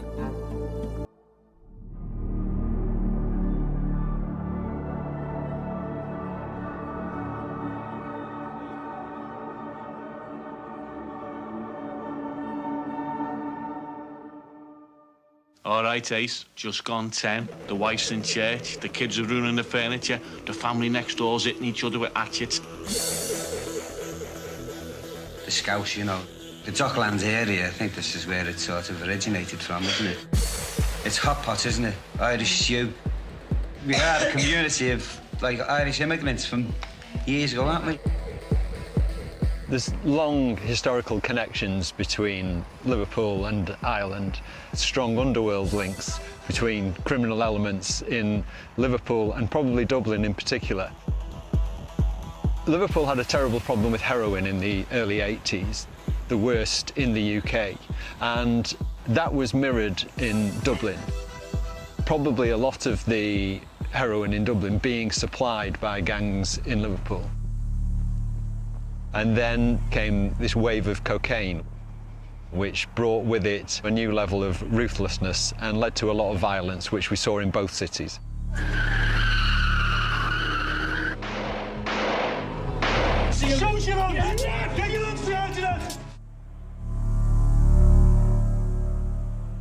Christy Kinahan's activities in the UK for a long time were a bit of a mystery, really. Around about 2000, Kinahan was named in police intelligence documents in an investigation into what was then the biggest seizure of ecstasy on British soil. He was never charged, but he was believed to have been involved in the supply. The destination for those pills was ultimately believed to be Liverpool. Almost certainly meant for onward distribution by Liverpool gangs, probably around the whole country. And that would have put him even then in the Premier League of drug traffickers. So he obviously saw the UK as a substantial market where he could make a fortune.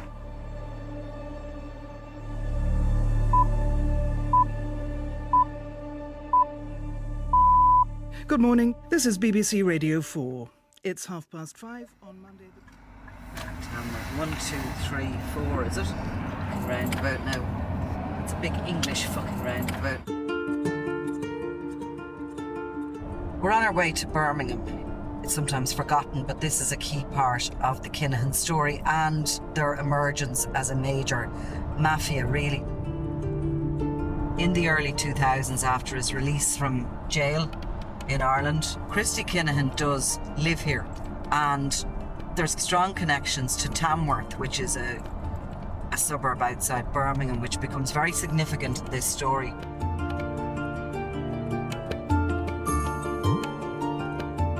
If you want to understand the story of the Kinahan cartel, you have to come here, of all places, to this sleepy, kind of posh little Middle English town.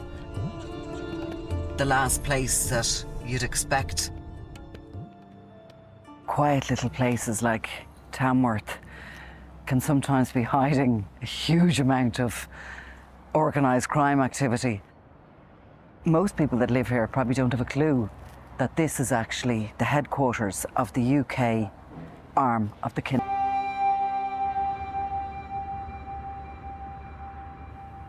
I'm Ty Surgeon. I'm the Regional Head of Investigations for the National Crime Agency. For approximately the last 20 years, the Kinahan Crime Group has been on the radar of the National Crime Agency. They're drug smugglers, they trade in firearms, and there's no doubt in my mind that they supply many other crime groups across the UK. I'm a National Crime Agency manager and remaining anonymous because of my ongoing role within the National Crime Agency. I was a senior investigating officer for an investigation looking at Thomas Bomber Kavanagh.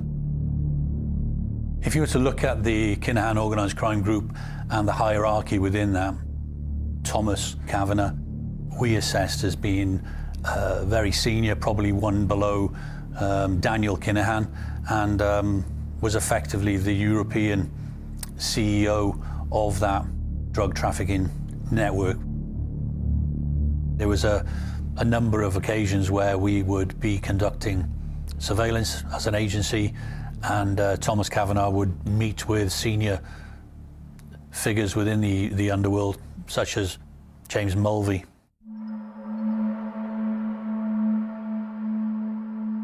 He just waved over and they're looking, someone else is going to join them. And he's just lobbed a plastic bottle in their direction. And he's walking over now. I'm Kay Miller and I was one of the senior investigating officers on quite a complex investigation concerning James Mulvey. We were going out doing surveillance. We want to understand what is he up to, who's he meeting. Okay, I've got a group out and generally walking back towards the cube. I'll give descriptions in due course. People will meet in areas where they think no one else can see them.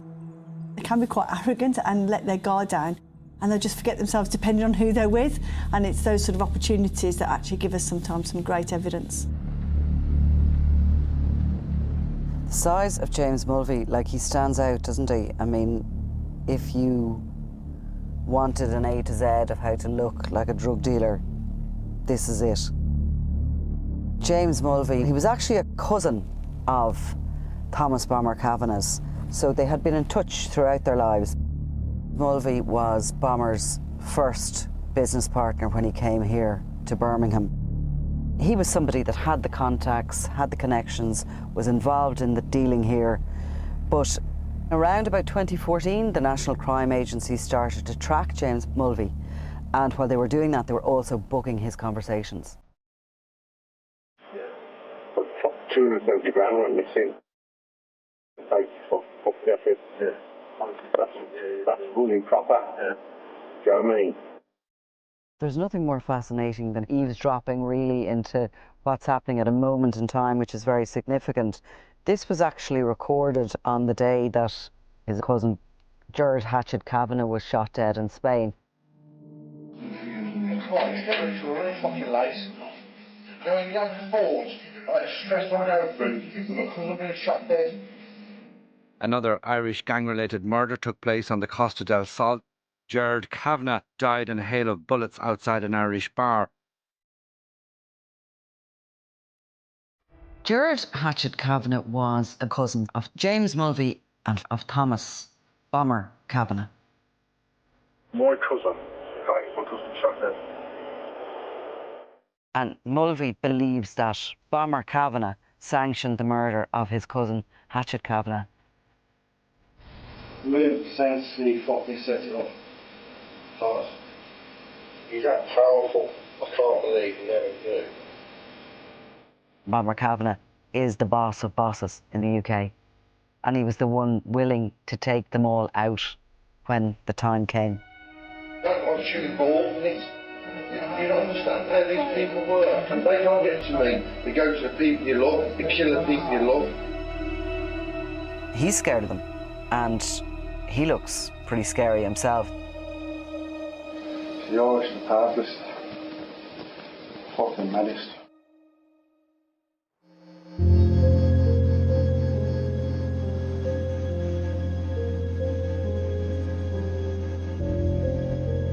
This evening, our thoughts are with the Byrne and the Hutch families, and indeed with the communities where these people come from, because these are very close-knit communities and murders such as these have a huge effect.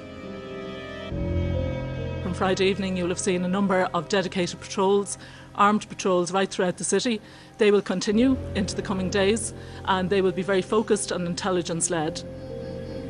I'm John O'Driscoll. I held the appointment of Senior Officer in charge of tackling serious and organised crime, which included trying to deal with the aftermath of the Regency Hotel incident. Once we realised that the target, in fact, was Daniel Kinahan, we knew that there could be serious consequences. These were juggernauts of organised crime that were clashing. Senior members of the Hutch faction are in particular very nervous, not just for themselves, but also for family members and loved ones. I'm Michael Doyle, I'm a reporter with the Irish Sun newspaper. I was tasked to go along and cover Eddie Hutch's funeral. Eddie Hutch Sr., known locally as Neddy, was a taxi driver and a father of 5. Eddie Hutch was Jerry Hutch's older brother.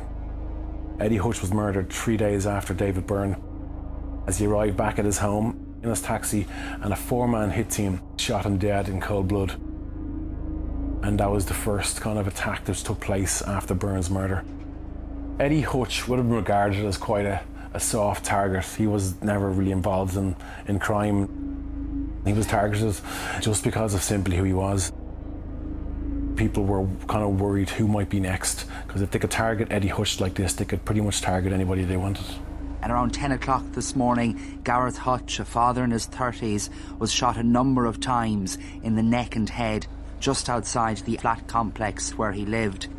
Sunday World leads with the shooting in Dublin on Friday, in which Jerry Hutch's brother, John Hutch, was targeted by gunmen. We're told that a passerby threw a brick at the masked gunman as he prepared to open fire. Johnny Hutch, who was no involvement in crime, had just collected his profoundly disabled daughter when he was set upon. And that's inhuman what they tried. But these people are inhuman. Daniel Kinahan was leaving no stone unturned in his attempts to get back at anybody who he felt was involved in the Regency Hotel, or anybody he felt who was connected to people who were involved in the Regency Hotel. It was literally a full-scale annihilation. There really is no sign of this feud coming to an end anytime soon, is there? No, there's no sign of it at all. One of the problems is that much of this activity is being directed from abroad.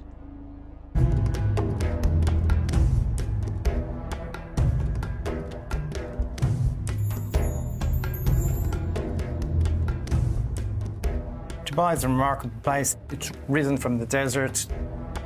It's glimmering towers, it's celebrities, it's cars that cost more than houses in most other countries. It is a magnet for the world's most wanted criminals, because there is little danger, very little danger of you ever being extradited, because Dubai does not have extradition treaties with many countries in the world. My name is Fergus Shield. I'm the managing editor of the International Consortium of Investigative Journalists. We have been responsible for 5 of the biggest investigations in journalism history. We have tracked the offshore holdings of presidents and narco-traffickers. ICIJ started to take a look at the Kinahans because I'm from Dublin. I'm from the inner north side of Dublin, so I had a personal interest in the Kinahans. 2016 is an enormous year for the Kinahans. So you have the Regency attack. Daniel nearly loses his life. They're in imminent peril. And what they do is they flee to Dubai. We were able to show that the Kinahans set up companies and rented properties. We were able to do that through our Dubai documents that no one else had. Dubai offshore companies say that they vet their clients, and they vet their clients to weed out criminals. How could you possibly, in 2016, in the aftermath of the Regency Hotel, when Daniel Kinahan is on news networks around the world being named not as an alleged drug dealer, but as a drug dealer, which is remarkable in itself, how could you possibly then okay him? But that's what happens. With ease, they rebuild their lives in Dubai. They can return to business as usual.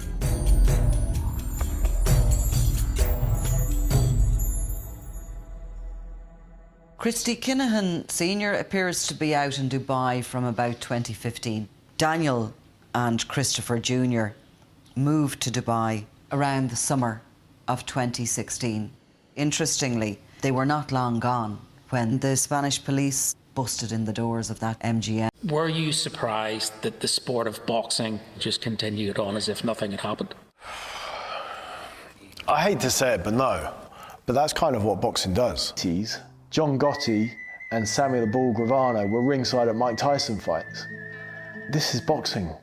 This is 100 years of the backdrop that we've got.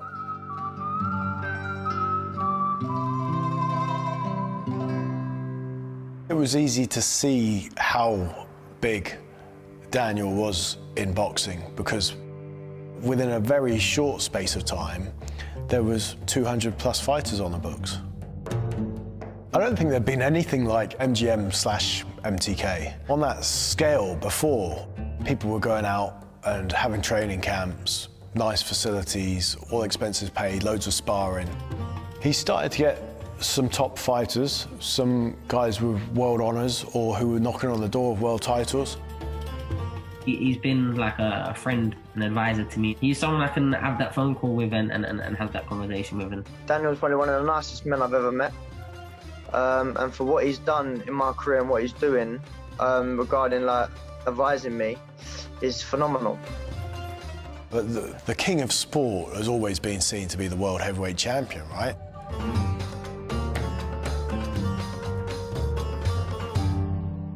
So that's why I've linked up with MTK Global. Hashtag MTK Global. This is just going to be everywhere now because people don't realise how big this really is. I'm the biggest star in world boxing. They needed a high profile name in world boxing to take it to another level. And now they've got the big dog. Levels. We're taking it to the sky.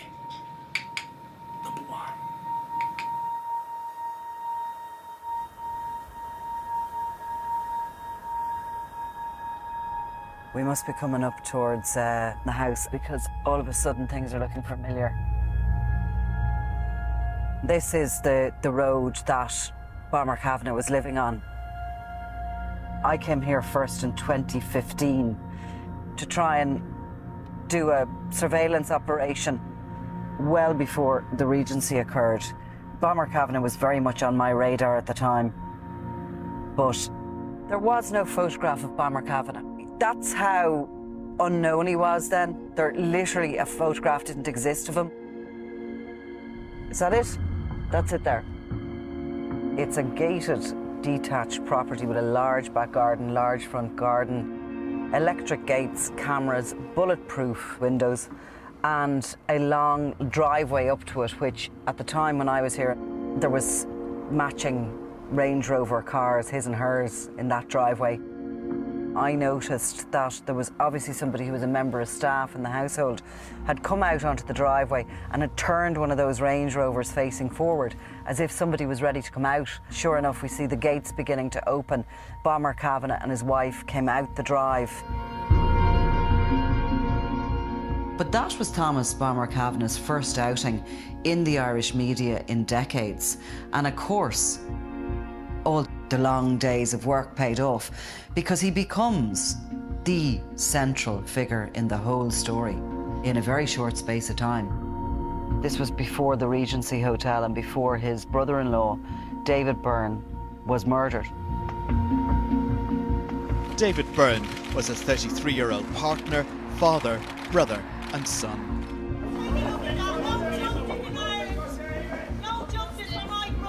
Where's the justice? Put on your paper and print it! Where is it? Joanne Byrne, the wife of Bomber Kavanagh, is the sister of David and Liam Byrne, who headed up the Dublin faction of the Kinahan organisation. And in the aftermath of the Regency Hotel, Liam Byrne comes here to Tamworth. And Liam Byrne is living in a house not far from Bomber Kavanagh's.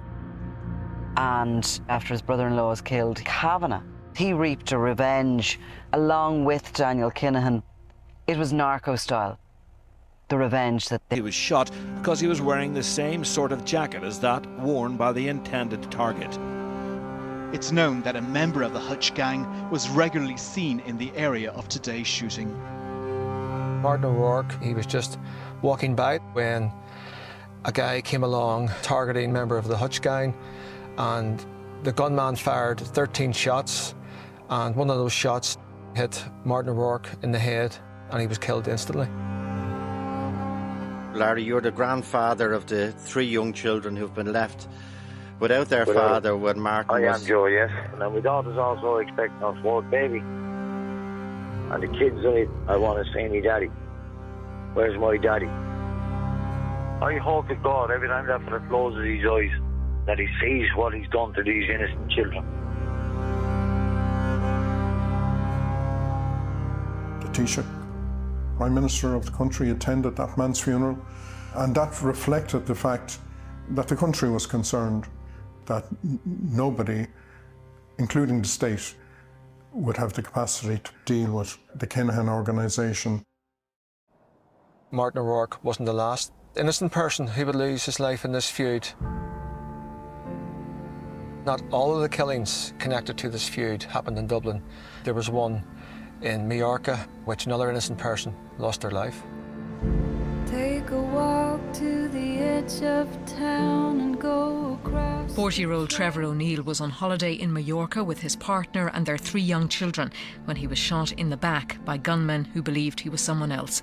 At the time he was shot, he was speaking to one of the Hutch family, who has no criminal connections. Mr. O'Neill was in Spain celebrating his birthday. Bomber Kavanagh was the one who was recruiting the hitmen, including Glenn Clark, who murdered Martin O'Rourke and Trevor O'Neill, 2 innocent people caught up in this mayhem. Red right hand.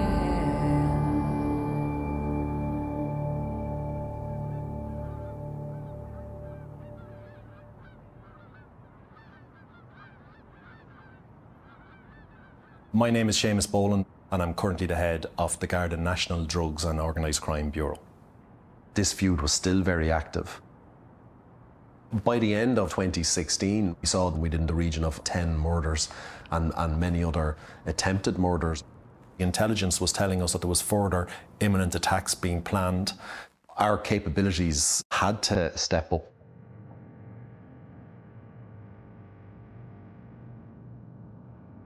The scene of the latest blow in the fight against organised crime in the capital. Events began here at the Green Oak Business Park in the southwest of the city this morning. Officers from the Garda Drugs and Organised Crime Bureau swooped in on this unit. It was an intelligence-led operation. This was a hugely significant moment. Intelligence has led Gardaí in Ireland in January 2017 to Bomber Kavanagh's weapons factory. He has just delivered a load of weapons from the UK, primed and ready for murder, and thankfully they are seized. A total of 15 military-grade firearms were located on that premises. 13 of them were revolvers and pistols, and 2 of them were submachine guns with thousands of rounds of ammunition. 4 of the handguns were loaded and ready for collection. Today's operation disrupted an imminent attack, and I've no doubt we have saved lives as a result of this operation. The Green Oak operation was very significant for us because the firearms were directly linked back to Thomas Kavanagh and his criminal organisation. Also seized during that Garda raid is a small little bit of paper which is going to lead to the downfall of Bomber in the UK.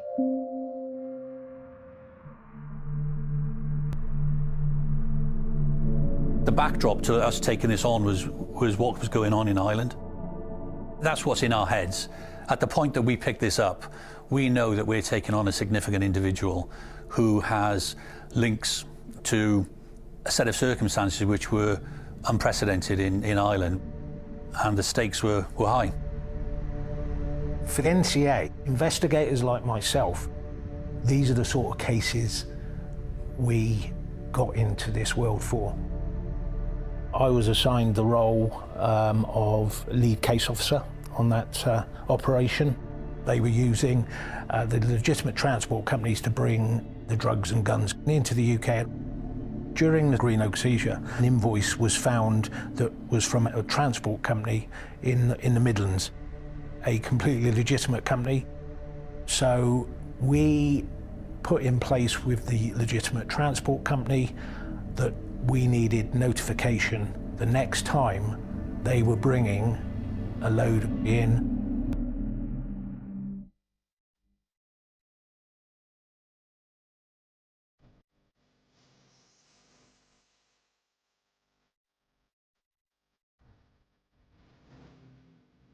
The summer of 2017, Daniel Kinahan was marrying Kiva Robinson, already a gangland widow, whose previous partner and associate of Daniel Kinahan had been shot dead in front of her in Dublin.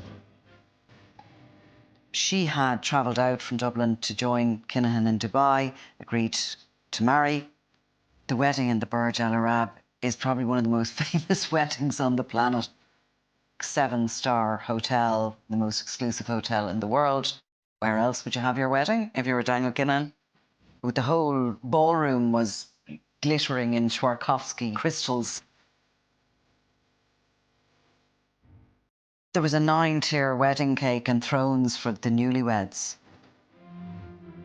At that wedding was guests from home, family and friends with absolutely nothing to do with organised crime. There was people from the sporting world, including Tyson Fury, members of Britain's Olympic boxing team. It's quite extraordinary.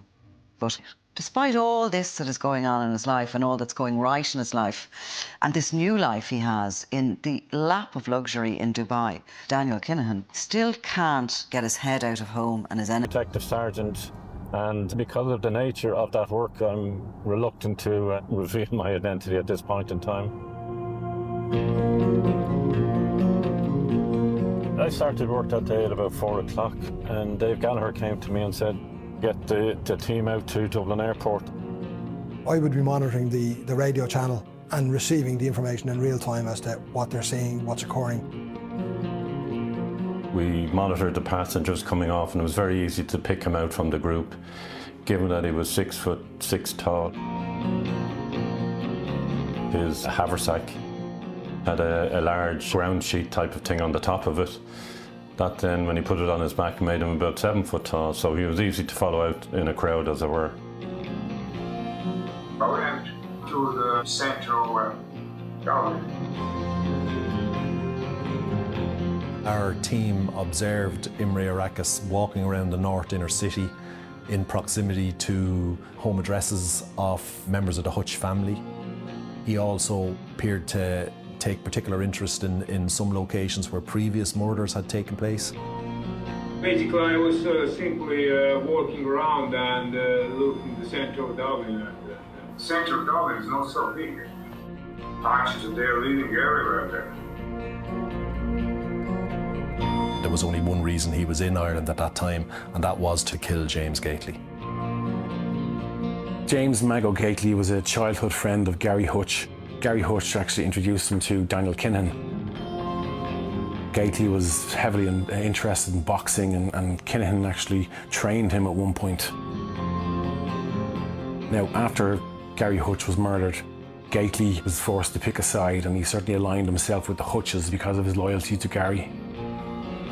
James Gately was suspected by the Kinahan cartel of playing a crucial role in what happened at the Regency. He's never been prosecuted or anything like that in relation to it, but he was a person of interest as far as the Kinahans were concerned. In the months and year or so after the Regency, Gately went into hiding, but he remained the #1 target almost in terms of the cartel.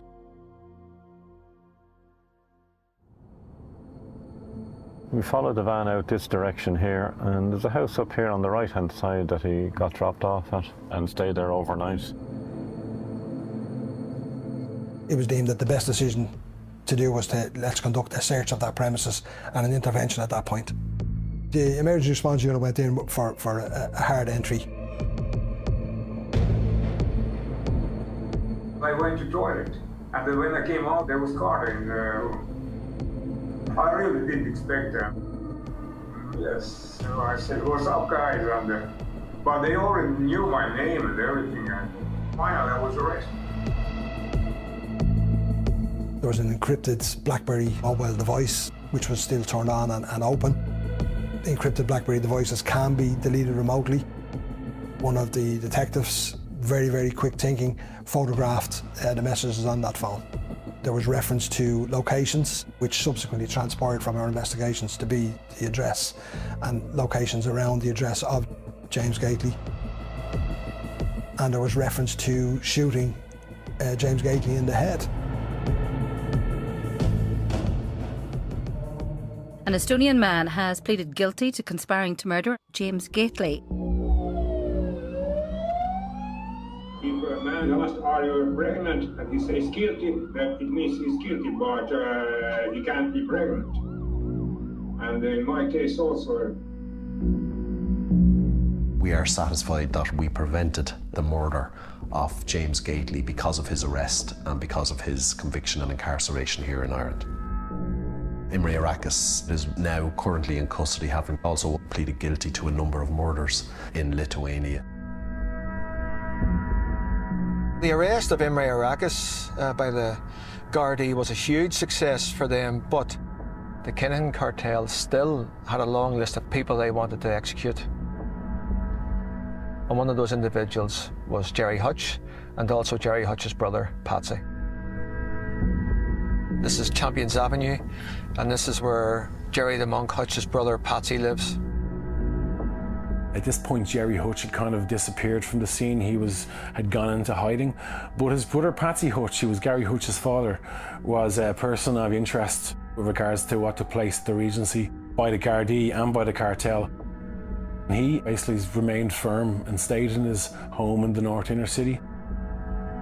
He was pictured a number of times wearing a bulletproof vest. But he literally dug his heels in and said, "I'm not going anywhere." The Kinahan organisation had vast amount of financial resources. They were throwing money at everyone. So the guards actively identified those in different parts of the city who they believed were willing to take up the gun for Daniel Kinahan. We decided that we needed to apprehend these people in circumstances where we could provide evidence to a court that they had a plan to murder and that they fully intended to implement that plan. Decisions were made to deploy audio listening devices in the vehicles associated with the Kinahan criminal organisation. Just yards from Patsy Hutch's home, you had a Kinahan cartel hit team based for the sole purpose of killing Patsy Hutch.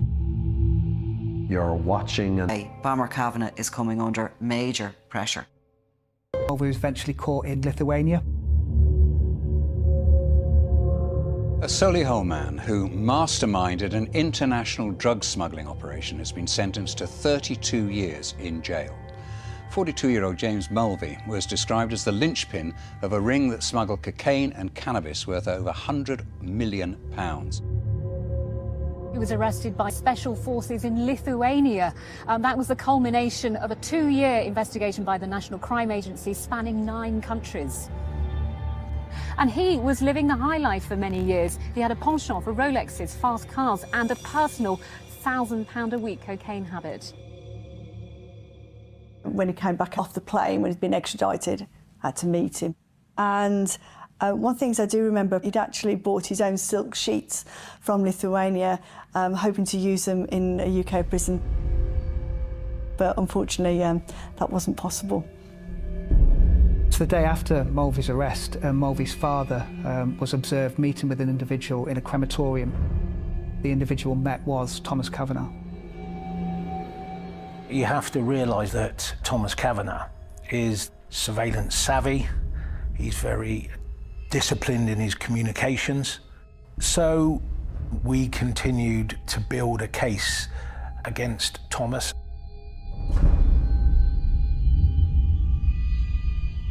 Around the time all this was happening, Daniel Kinahan was carrying on regardless. He is fixing his sights on Tyson Fury for a comeback. Bloody hell! Come on, eh? Trained over here with Billy Joe a few years ago.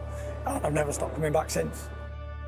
Not only was Tyson Fury training for his comeback in what was now the MTK gym in Marbella, that only 2 years earlier, remember, had been raided by Spanish police, but cameras from major sports broadcasters like BT Sport were now filming inside the gym, with no mention of Daniel Kinahan or the blood that was being shed back in Ireland.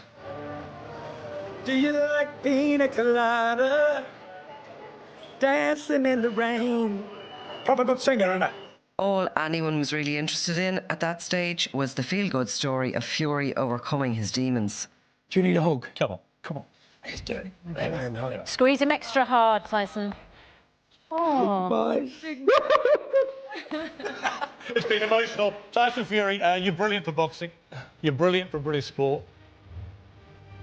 Week on week, month on month, you could see that, you know, whether we say the old Tyson Fury or a new Tyson Fury was starting to emerge.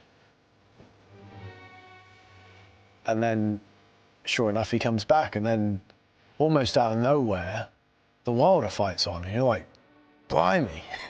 All right, fans, here we go with the main event of the evening. 12 rounds of boxing in a showdown of heavyweight giants with the WBC and lineal heavyweight championship of the world. It's showtime!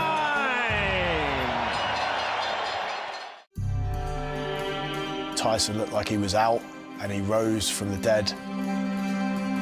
And then the outcome was controversial, and it was scored a draw. Listen, we're on away soil. I got knocked down twice, but I still believe I won the fight, and I believe every man in here thought I won that fight tonight. But I'm showing total professionalism here. I'm a true champion, a true warrior. Thank you for the opportunity, Dee. Bless you and your family. God bless you. God bless your team. And God bless America! The Gypsy King has returned! His stock was at an all-time high, but the comeback had to wait for the rematch.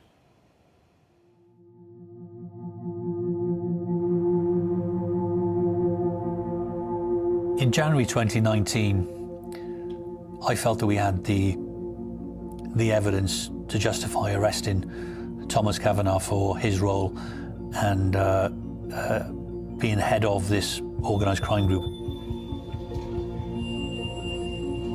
Right from the NCA. Right, I'm arresting you on suspicion of conspiring to import and supply Class A and B controlled drugs, conspiring to import and supply firearms and ammunition, money laundering. At the time of his arrest, he was returning from a family holiday where he'd been spending Christmas in Mexico. So a team arrested him coming off the aeroplane. It's on this one, it's on this, it's on that one. And what followed then was a search at his home address.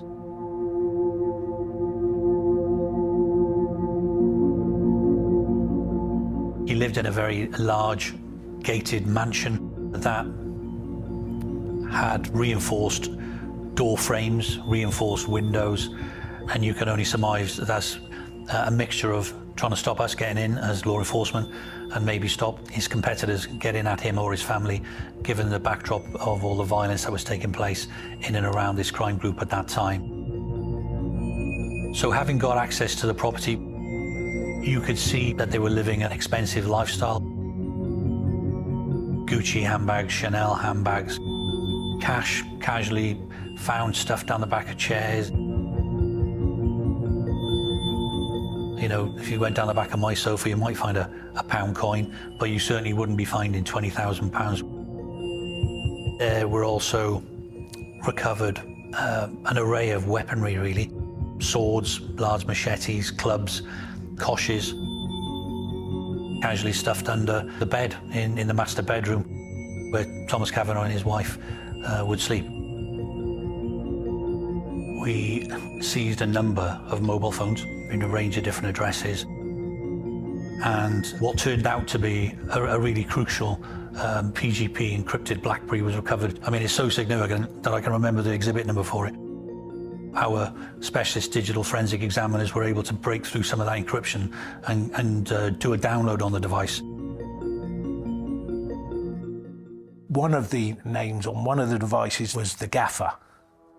One of our jobs was to show that when they were referring to the gaffer, they were talking about Thomas Kavanagh. Through painstaking work, through analysts, we were able to identify a message where the gaffer had a message congratulating him on the arrival of a new baby into the family. This interview is about finding out the truth of what has happened and for you to give an explanation if you want to. On the 17th of August 2017, outgoing message to mobile which we attribute to you. Tom had a baby during the night. This was followed by a picture of a small child, a baby, wearing a baby grow with a baby Kavanagh written on it. Can you confirm that that is your granddaughter? No comment. As he became aware of the strength of the case against him, he became more and more troubled, and he started not to look well. Tom, are you okay? You all right? Forgot tonight. Tom? As the enormity of the evidence against him becomes apparent, Thomas slumps to the floor off of his chair in the interview room. I think you need to get a doctor. Yeah. Tom, are you all right? All right, we'll get a doctor. Yeah. Just bring this to a close. Yeah, no, it's Tom. Right. This interview is terminated at 18:50. Tom, you all right? Tom? Thomas Kavanagh was a confident, successful criminal at the beginning of our investigation. At the end of it, because of the hard work over the NCA and Ngari Shikana, ultimately, he had no choice but to plead guilty at court to the charges put.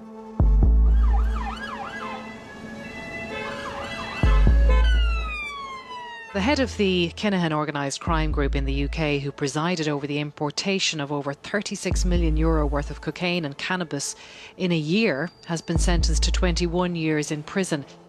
We know that those drugs would have caused significant misery and harm in the streets of the UK.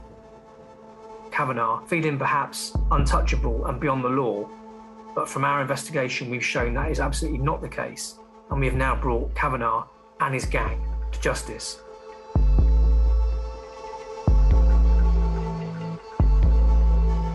He really never thought this moment was ever going to come from. He really felt he was untouchable. It was quite a historic moment to see this guy being put away for so long. They are being dismantled in the UK, in Ireland, undoubtedly. But the heads of it are gone out to Dubai, where they are continuing to run their cocaine across the globe. You know, the ambition has increased yet again.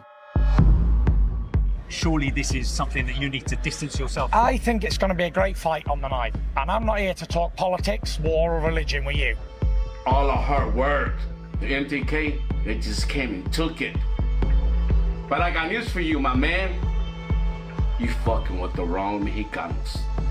Breaking news today, a $1 billion drug bust at the port of Philadelphia.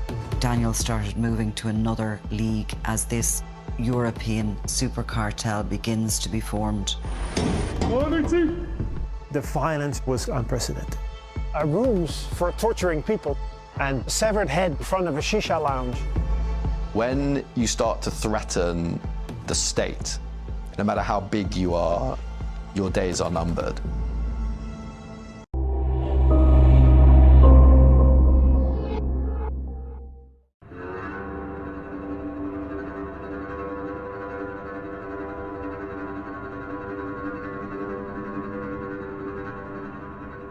It's absolutely incredible. They did a masterful job with this. I mean, what a design. I'm Jack Kelly. I'm a retired special agent from the Drug Enforcement Administration, DEA. Everyone that was part of New York City lost someone or had close friends that lost several people in the towers. Today, we've had a national tragedy. Two airplanes have crashed into the World Trade Center in an apparent terrorist attack on our country. People are jumping out the windows. They're trying to save themselves. We gotta go. We gotta go. We gotta go. After 9/11, everybody's lives changed in New York City, but really all around the world. Those that help our enemies or be treated as an enemy themselves. The mood here is of surging national pride and defiance. This will not ever happen again. Federal law enforcement. Who became billionaires. When you see the DEA are on their case, you're up there with the most wanted globally. You're in the league of Pablo Escobar, Chapo Guzman. They've come a long way. The United States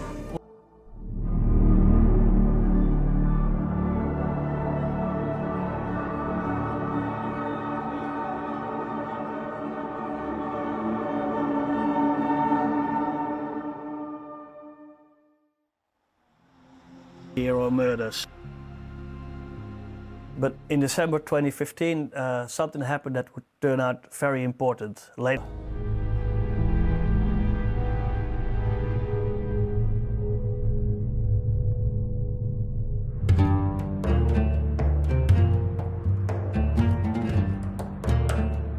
After the Regency Hotel attack, we saw very little of Daniel Kinahan.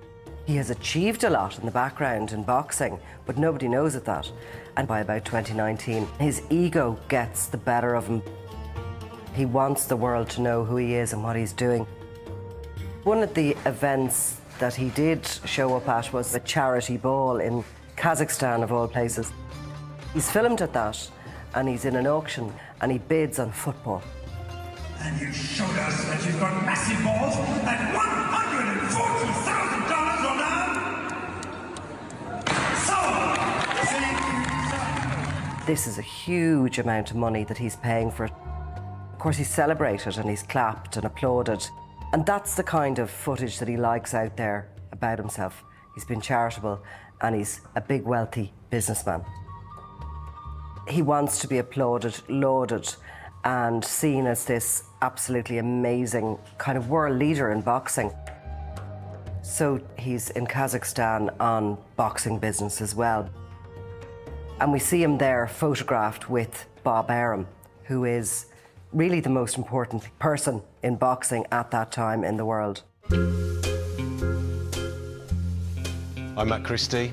I'm a boxing journalist, podcaster, and I was the editor of Boxing News from 2014 to 2024.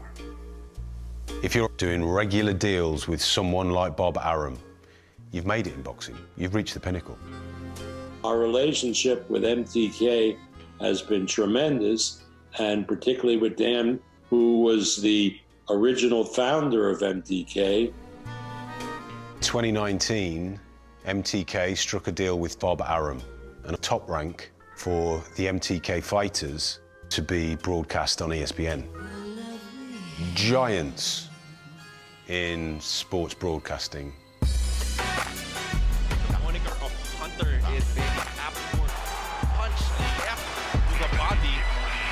The MTK ESPN deal, what does this mean for the MTK fighters? It's mad because you know, you're working with Bob Arum on top rank, like Bob Arum is top of the tree. And it just shows you where us as a whole, as MTK, as a team, have come in the last 5 years. So at this point, Daniel Kinahan officially was nothing to do with MTK. Where's the boss? Finally, the big boss.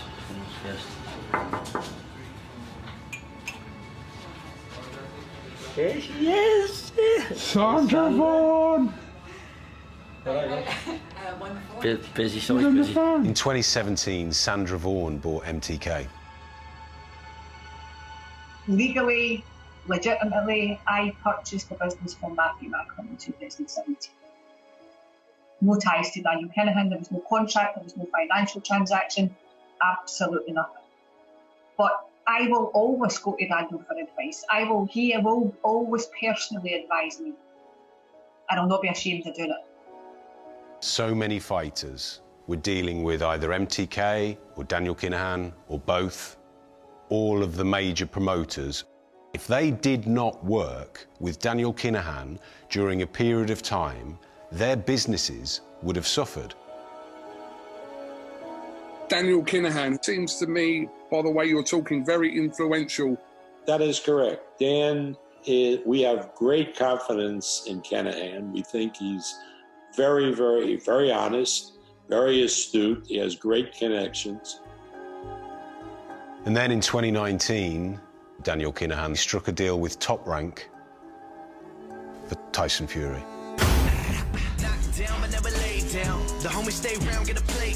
MTK has been behind Tyson from the beginning, but they needed us to make him the best known athlete in the United States. I'll second everything Bob Arum just said.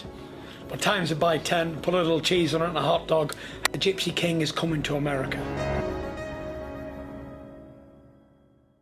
Daniel Kinahan wants to be the top guy in world boxing. So he sort of tried to expand into the US, which was a huge mistake.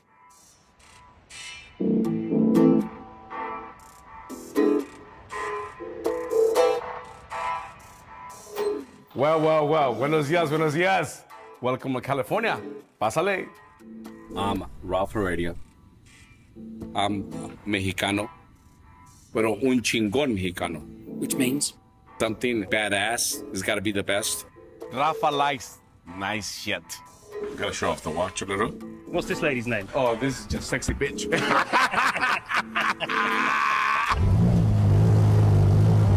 This is what life's about.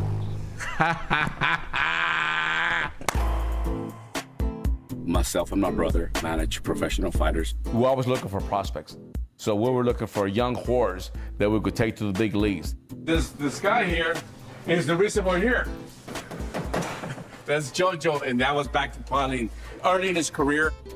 Around 2009, that's when I met Jojo Diaz. I'm at the gym training. He comes in and he starts, hitting the bags, and you just know that the kid had the swag. You just know he was going somewhere.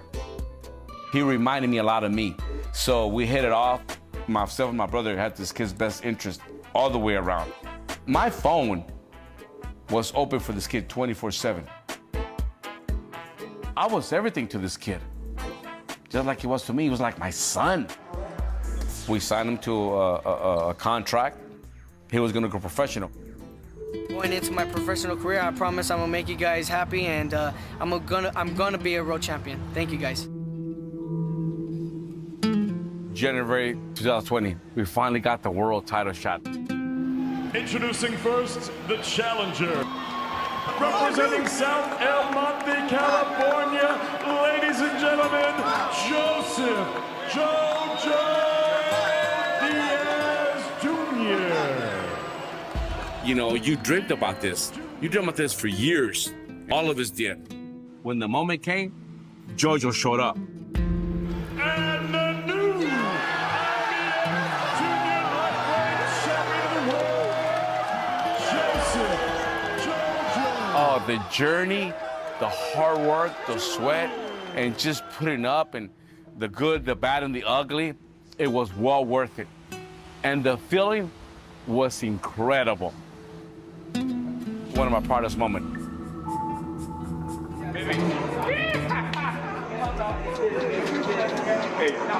And I was very proud of JoJo. I'm already getting a little happy talking about this kid. So what happened after that? Okay. This shit gets me fucking angry, dude. I don't like to relive this shit, man. Okay, so I'm gonna try to get in this shit as quick as possible. Coming back to you with some breaking news. MTK Global signing the Mexican-American champion, Joseph Diaz Jr. MTK is signing? Without my knowledge? They didn't have the fucking balls to call me or tell me anything about it. I received a text, a fucking text. How could this happen? We have a contract. We have a contract with this kid. How is that possible? Who's got the balls to come and do some shit like this? Was Daniel Kinahan, an individual that likes to steal fucking fighters when they're already made. They're not coming to my backyard and doing this, period. And taking off what I worked for. He came to America, came to the States, stole a fighter, so the only thing to do was fight and sue his ass. Were you worried that he was a gangster? I look fucking worried. I mean, I hate to say that, but listen, at the end of the day, I'm a man. I'm a man, okay? Now, listen, I'm a mexicano, carnal. Soy un pinche mexicano. Ni un puto me asusta, menos ese puto culero. You come and fuck with me, a la verga. I hate to talk like that, man. Fuck! Fuck, man. Fuck, man. This shit hurts, man. As MTK started to grow, I think everybody felt at that time, at that point, he's getting away with it. Where is law enforcement? Where is everybody while this is all going on? And of course, in the background, under the radar, they were... That's the DEA headquarters for New York, 99 10th Avenue. That's the address. So that's what we call it. This is 9910. We're going up to 9910. That's the headquarters. But that's the address, but that's the code word for where we're at. So that's where I was based out of. In the beginning, Kinahans weren't coming on our radar because, in my mind, they're probably more associated with what happens when multi-ton load of coke is on a freighter or a ship off the coast of Ireland. It would be more of a European thing. But obviously, because of what happened on September 11th, 2001, it actually ended up dramatically changing what DEA did more towards counterterrorism. Some foreign counterparts started calling us the world police, and it was a derogatory term, but we kind of liked it. We thought it was cool.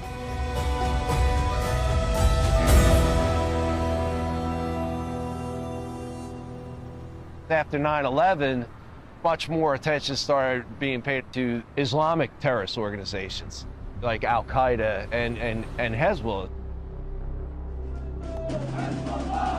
Hezbollah wields significant influence throughout the Middle East. There really is no other extremist group in the Middle East that compares to the military capability that Hezbollah possesses. The U.S. State Department says Hezbollah gets most of its money, weapons, and training from Iran. أمريكا هذه الإدارة الأمريكية الموت لأمريكا.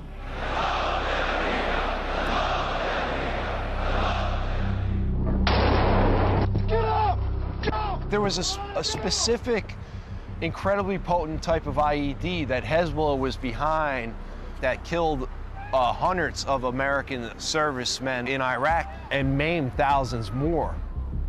It had always been something we kept an eye on, that terrorist organizations are being funded by the drug trade. At that very time, the Israeli-Hezbollah war of 2006 had just ended, and it's when Hezbollah needed a lot of funding, and they almost overnight jumped into the international cocaine trade with Medellin cartels like Los Hermanos and La Oficina de Envigado. So we started getting that activity over the wiretaps practically overnight.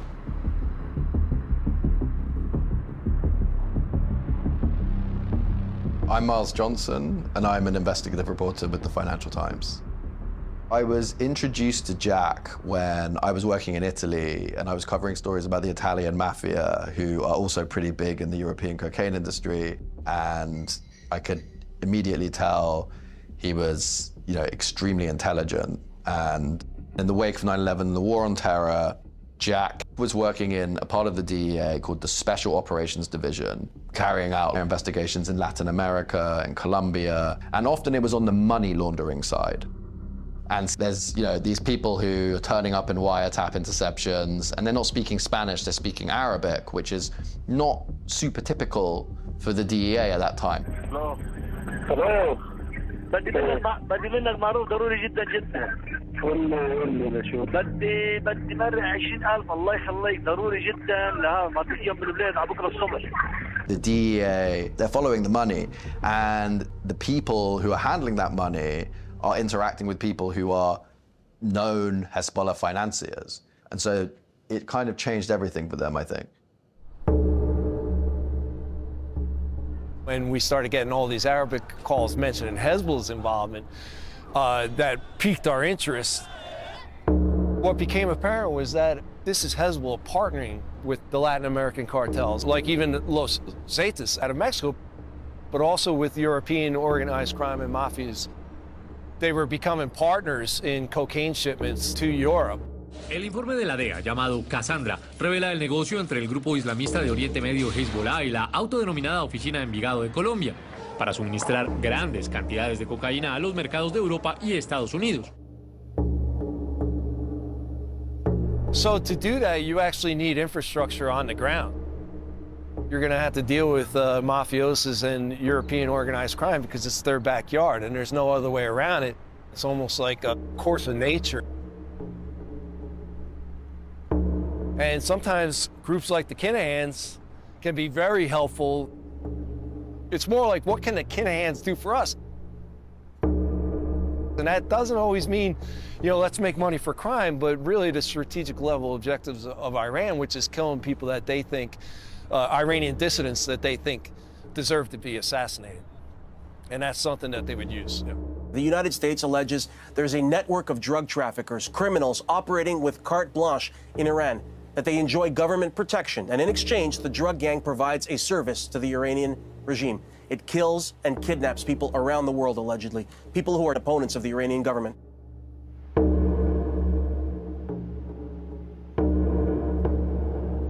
In 2018, I broke the story that a murder in this street, the murder of Ali Motamed, an electrician, had an extra story behind it.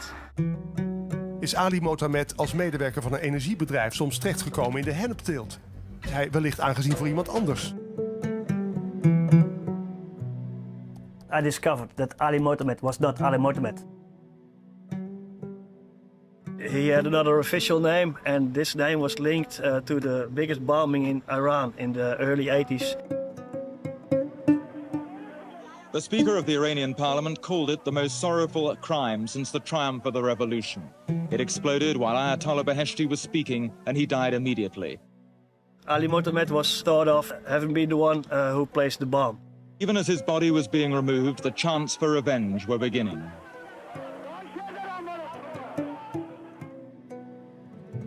He was sentenced to death in Iran, and he fled. And they were still looking for him worldwide. De AIVD weet het vrijwel zeker. De Iraanse overheid zit achter 2 moorden die hier in Nederland zijn gepleegd. Volgens de AIVD heeft de Iraanse geheime dienst niet zelf de moorden gepleegd, maar werken ze via tussenpersonen. The story doesn't end there, because there's another very important twist. The suspects of the killing were linked by the police to Naufal Fassi. He was well known as the Belly. He's seen as a broker for murders. Fassi is texting, communicating about Ali Motamed's murder with the shooters.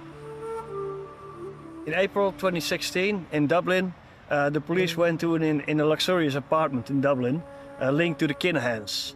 But they didn't find the Kinahans, but they found Naufal Fassi sitting there with very expensive watches and very expensive shoes. So this link to the Kinahans was very important and very exciting for a crime reporter, because what happened here? How did Iran find the group around Naufal and contract this group to have Ali Motamed assassinated? Police sources and crime sources, they think it might have been Hezbollah. The way I heard it, the Kinahans were the ones that actually made the connection on behalf of Iran to provide the assassin. You know, that dude that did the shooting was someone that was familiar with the Kinahans.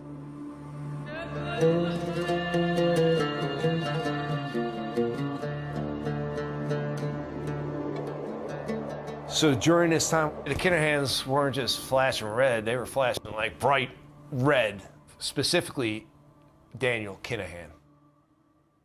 Customs and Border Protection, Jack, we don't have to specifically target this guy, Kinahan, but you need to know that he's working directly. Hard.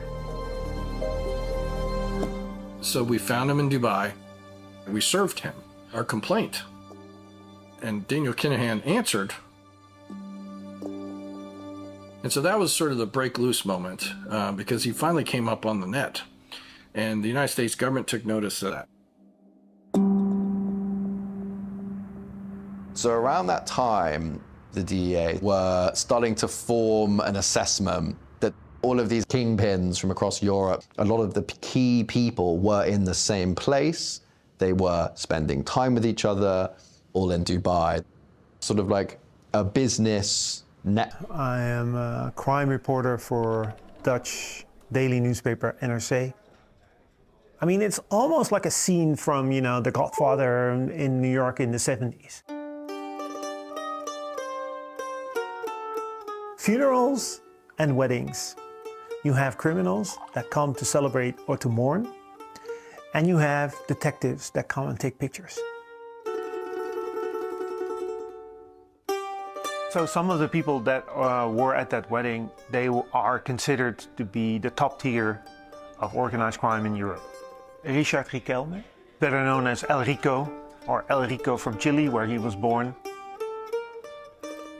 who connects Latin American cartels to the European market.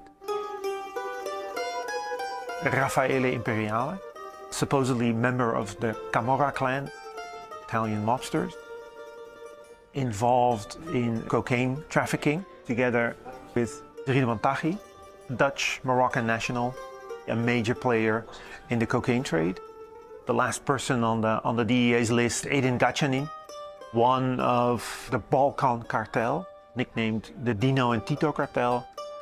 Interestingly, a number of them have known each other from like the mid-90s, when they were all meeting up in Amsterdam, when Christy Kinahan was building his drug trafficking business. They all, you know, moved away from Amsterdam into Spain and then later on into Dubai. They evolved from local players to this really big international business, what, you know, is now known as the super cartel.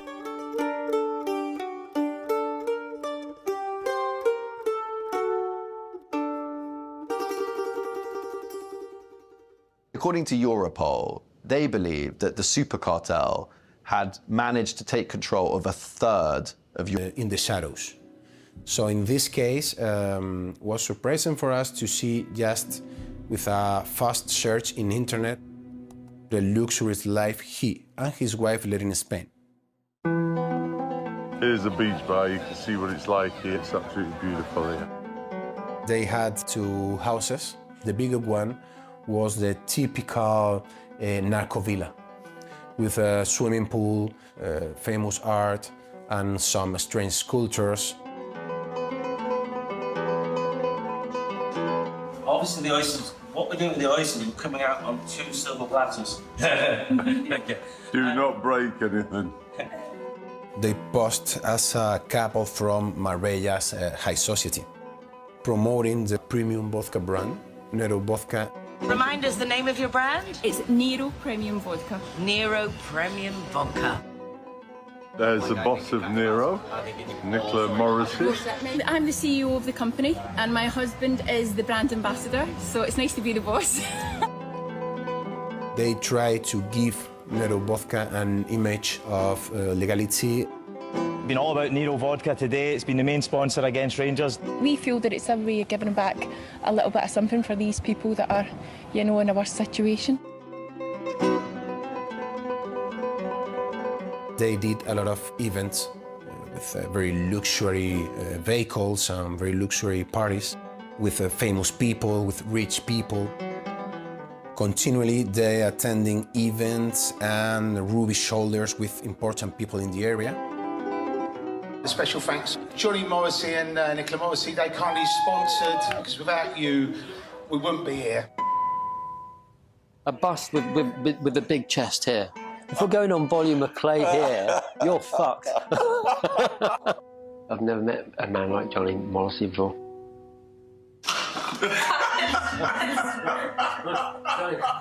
Just piss off.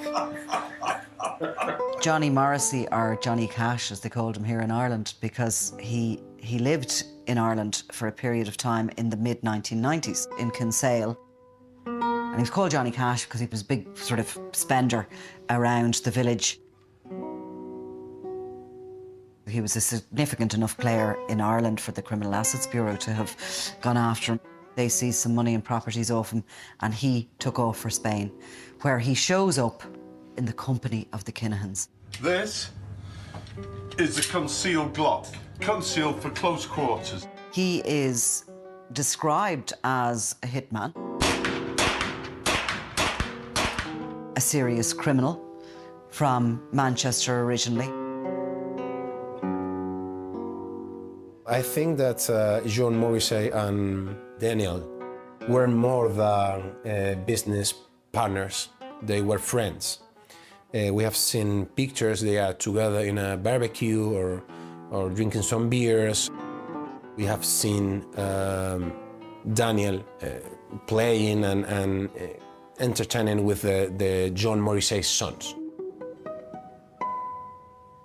Johnny Morrissey and Nicola Morrissey conducted an interview with a local newspaper, and they spoke about their hopes and dreams for Nero, how they wanted to launch it in the US market. How they thought they were going to do that is just beyond me. Because all the while, Johnny Morrissey was a money laundering wing of the Kinahan cartel. He's in charge of all that money.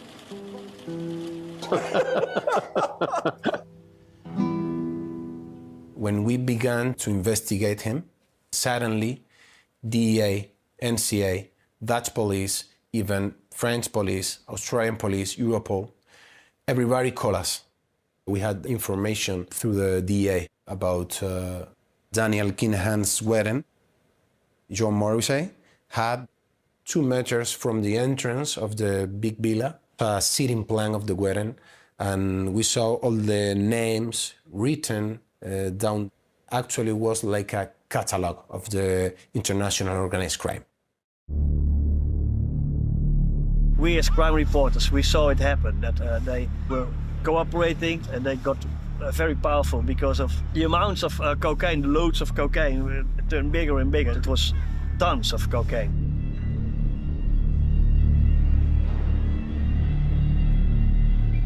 The big story on Action News is the record-setting cocaine bust on a cargo ship and the investigation to determine where it came from and where exactly it was heading. The MSC Guyane is scheduled to make stops at numerous ports in Europe, including Rotterdam.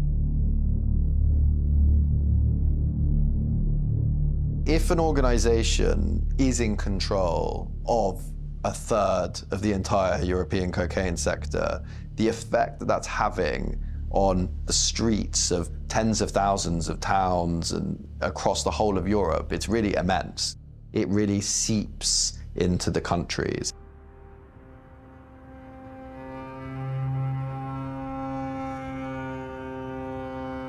The more involved Dutch organized crime became in this big world of international drug trafficking, the violence that came with it sort of started to get the feeling of what was... And his name is Martin Kok. He is the first who starts writing about there is a new threesome in the Netherlands in power in the underworld. There's Ridwan Taghi, there's El Rico en there's Naufal. We zijn al iets meer gewend, toch? Van funningscrime, toch? Dan heet het vurig staan. Dus een pak kool gaat, dat maak je mij niet bang mee, toch? Martin Kok kept writing about Ridwan Taghi and his associates, like Naufal, like El Rico. Sometimes he was making even fun of them in his crime log. Rammeroni, maar we blijven schrijven hoor, we blijven schrijven. He kept making jokes about being shot and so on. December 8th, 2016, we had lunch in the Harbour Club over there, a restaurant, with a group of crime reporters. A few hours later, in a hotel here in the south part of Amsterdam, a gunman showed up, tried to shoot Martin, but the pistol didn't work. But Martin doesn't know anything about this. He would go in the evening, he would go to this brothel, his favorite whorehouse. And when he got out in the parking lot, gunmen came again, they shot him. He was shot dead in the car. After Martin Kok was killed, there was a lot of publicity around his murder. Een baanbrekende journalist in elk opzicht. Want er is geen journalist geweest die zoveel onthuld heeft als Martin. Organized crime and publicity usually don't go well together. So The response was to attack the publications that were writing about him. Big Dutch tabloid newspaper, De Telegraaf, they were writing about Ridwan Taghi, and a car filled with explosives ran their building at night. There was a sign, you know, don't write about us. And in the end, it leads to the arrest of Taghi in Dubai. Vanmorgen heeft onze korpschef het verlossende telefoontje gekregen van de korpschef van Dubai dat Ridwan T. is aangehouden in Dubai. Alhoewel Nederland geen uitleveringsverdrag heeft met Dubai, hoeft dat een uitlevering zeker niet in de weg te staan.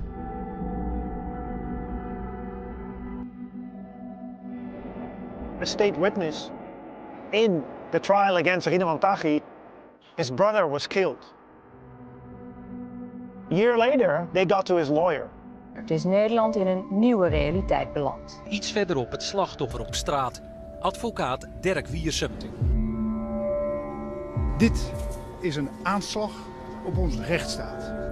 2 years down the road, the most famous crime reporter of the country, while he is walking away from a TV appearance from the studio in the center of the city, he is shot.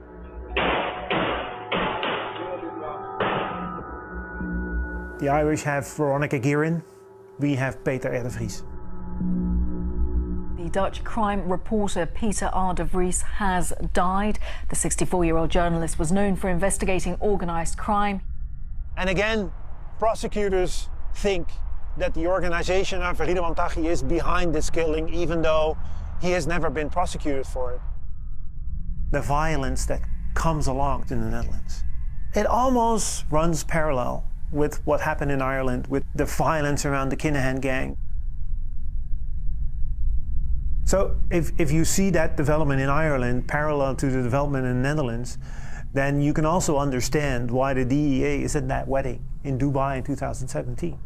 Because they see how national groups start working together, get international power, and they become a threat to international law and order. Into lockdown, there was no sign of that in Las Vegas. You were in a Tyson Fury wonderland. Ring walk, I'm gonna say walk, he was on a throne. And he went through the crowd, and in the background was Patsy Cline singing Crazy. And a robe of which Liberace might have been proud. There was a sense that Tyson Fury was either going to say goodbye or he was going to do something spectacular. And what followed was a performance of a lifetime. Fury using a bit of the head there. Oh, good way through down! Left hand, right hand! And Wilder down! And Fury, arms above his head, believes he's on his way to victory now. What a shot! Right hand down the middle. They've thrown the towel in. The fight's all over. With one of the great heavyweight performances I have ever seen in 30 years covering this sport. And Tyson Fury is the heavyweight champion of the world. Arguably the most marketable fighter on the planet, all of a sudden, with the richest prize in sport in his back pocket. It was almost like vindication for the faith that Daniel Kinahan had showed in Tyson Fury all those years ago. And I'm sure at that point, Daniel Kinahan thought that he had conquered the world.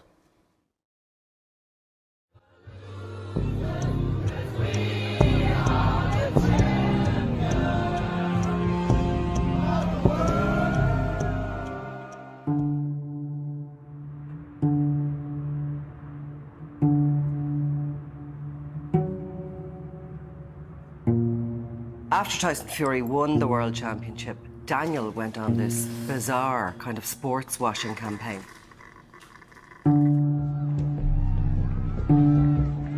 The Regency Hotel film that came in the aftermath describing this conspiracy theory around the Regency, that the government, the media and the police worked together to kill him that day. Haven't seen this in a while. When Daniel Kinahan arrived at the There's a tall, handsome guy playing Daniel Kinahan. Daniel was worried that the boxing fans and their families were now at risk. The first comment actually on YouTube is, did Daniel make this? Yes, he did. We'll move on a bit because I can't stand looking at this. You know, and I suppose it came at that weird time when you'd had the rap song. I actually feature in this. They have the TV where everybody's talking about him. International crime cartel boss, Daniel Kinahan. Imagine a lifestyle where the feds want to kill you. Guns coming after you, that's government issue. Today you're legit and your business official, but back then you went through some shit like tissue. Big moves. Jay Spades was a recognised rapper who made this song about, you know, how awful this thing that happened to Daniel Kinahan was. Never seen anything like it before. Propaganda from an organised crime group. I was like, where is this going? And of course it was culminating in the famous 3-hour-long interview he was doing with James English at the time, a podcaster, that never saw the light of day. For me, the media manipulates everyone. They create a reality for people for the future. I grew up the way I grew up, and like I said, I'm not going to say I was an angel, but I'm proud of where I was brought up. And I'm proud of how I was brought up. And what I've turned things into now, I want to just turn everything into a positive, and I want to help people change. Some of these people that were supporting Daniel Kinahan, they genuinely believe it. The man has no criminal convictions, nothing whatsoever. They're talking like he's killed 1 million people. So I don't understand the big problem with the Irish media. Why don't they go and investigate the real crime when someone got shot and walked away with it? It's almost as if they've been some way brainwashed. So there is something a bit culty there. So you'd think at a time when you're attracting more attention from different international law enforcement organizations, the right idea would to sort of be to maintain a low profile, keep your head down. But what he wanted at the time was to pull off something that no one had been able to do, which was Anthony Joshua fighting Tyson Fury, which was going to be one of the biggest fights in boxing history. This will be a mega fight with fellow Brit Anthony Joshua, who holds the other 3 belts in the heavyweight division. Anthony Joshua!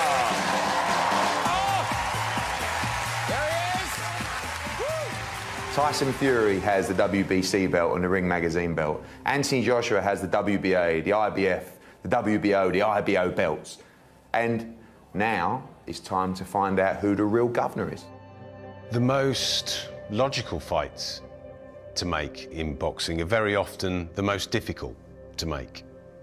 You're not just dealing with 2 boxers, you're also dealing with promoters. Tyson Fury was Frank Warren's man. Anthony Joshua was Eddie Hearn's man. At this point in time, Frank Warren and Eddie Hearn didn't get on particularly well. Hearn and Warren don't get along. That's really not, understatement. How do you compare your stable to Frank Warren's? Like Tesco versus the shop on the corner. And then before we knew it, Tyson Fury announces the fight with Anthony Joshua has been done. Hello there. I'm just after getting off the phone with Daniel Kinahan. The biggest fight in British boxing history has just been agreed. Get up there, my boy! Big shout out, Dan. He got this done. Literally over the line. 2-fight deal. Tyson Fury versus Anthony Joshua next year. So big thank you, Dan, for getting this deal over the line. All the best. God bless you all. See you soon. Peace out. When Tyson Fury mentioned him alongside that deal, that was when everything changed. Do you have concerns about his past? I'm not naive. What did or didn't happen prior to his involvement in boxing is not of a major concern to me. I would say without any question that I find him to be an honorable man. Taoiseach, there's an individual from our country, a very senior figure in organised crime on a global scale. He's now rebranding himself in the Middle East as a boxing promoter. Our country has to intervene here. We owe it to the victims of such a cartel. Our country needs to do this and needs to do it today.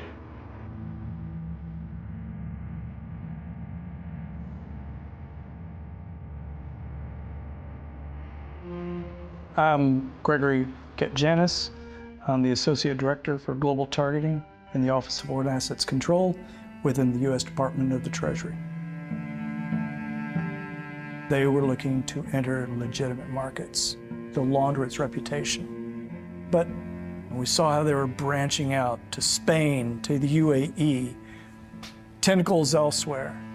And former Assistant Commissioner John O'Driscoll made a very compelling argument about the violence, the fear, the terror that had been struck through Dublin and through Ireland. And this monster was not going to get back in the box. And that made a very compelling argument for everyone, is that we're going to stand with them on this.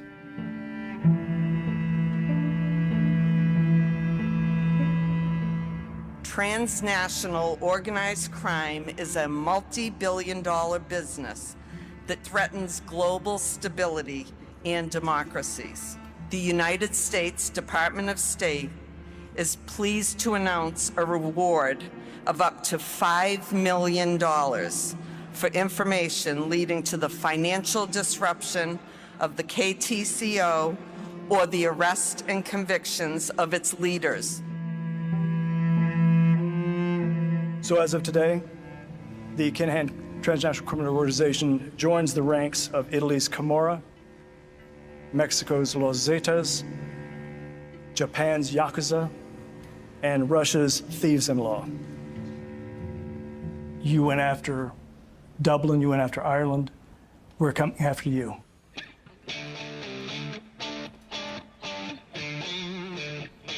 Well, the leadership of the Kinahan cartel has been officially ranked among a top tier of US law enforcement. Things coming home to roost, I think, in the boxing world.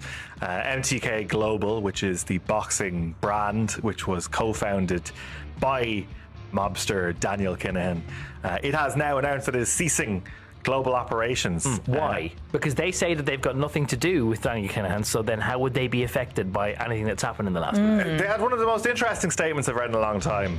Tyson Fury was denied entry into the United States because of his links with Daniel Kinahan. Matthew Macklin was refused entry onto the plane due to his links to Daniel Kinahan. Wow.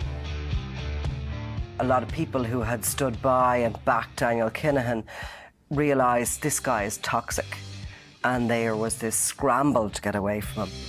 We've had nothing to do with Kinahan and MTK for quite some time. Do you feel he'll remain in the sport, or this is no, it for it's him? finished. Any kind of relationship you did have is over now?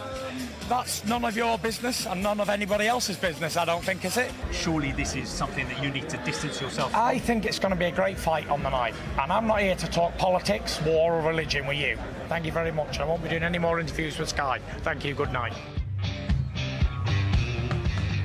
After, of course, many years of court battles and going back and forth, and by the way, that was not cheap. But I'm glad to say that we won the lawsuit and we got awarded close to $10 million. We got to go out there and find out where his goodies are hiding, where he's got his goodies at. Because he's got plenty.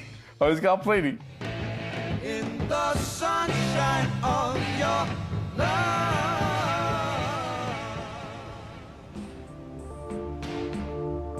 This was the start of the big takedown. Spanish police raided the luxury Costa del Sol villa of John Morrissey. A man described in the High Court as heavily involved in drug trafficking and violent crime was arrested in Spain. The arrest of Dubliner Liam Byrne came on foot of a UK extradition warrant. And of course then became the downfall of this European super cartel. An international investigation known as Operation Desert Light has taken down a drug super cartel that reportedly controlled about a third of Europe's cocaine supply. Across multiple countries, coordinated raids to smash one of Europe's biggest drugs rings. Es ist wirklich ein großer Schlag gegen ein Superkartell gelungen, das auf 3 Kontinenten. Se van conociendo detalles de la vida de Richard Rico. Considerato uno dei latitanti più pericolosi in circolazione, Raffaele Imperiale. Rafael Imperiale, in gangland terms, singing like a canary. Policija uspjeli su da stave lisice na ruke Edinu Gačaninu zvanom Tito I članovi takozvanog superkartela. And really, Daniel Kinahan is the last man standing. The Cabinet has agreed an extradition treaty and a mutual assistance treaty with the United Arab Emirates. These will facilitate the return to Ireland for trial of senior members of the Kinahan organised crime group. They're messing with more than just the Garda and people of Ireland. They're messing with all of us. Until they're brought to justice, we're only going to tighten the screws.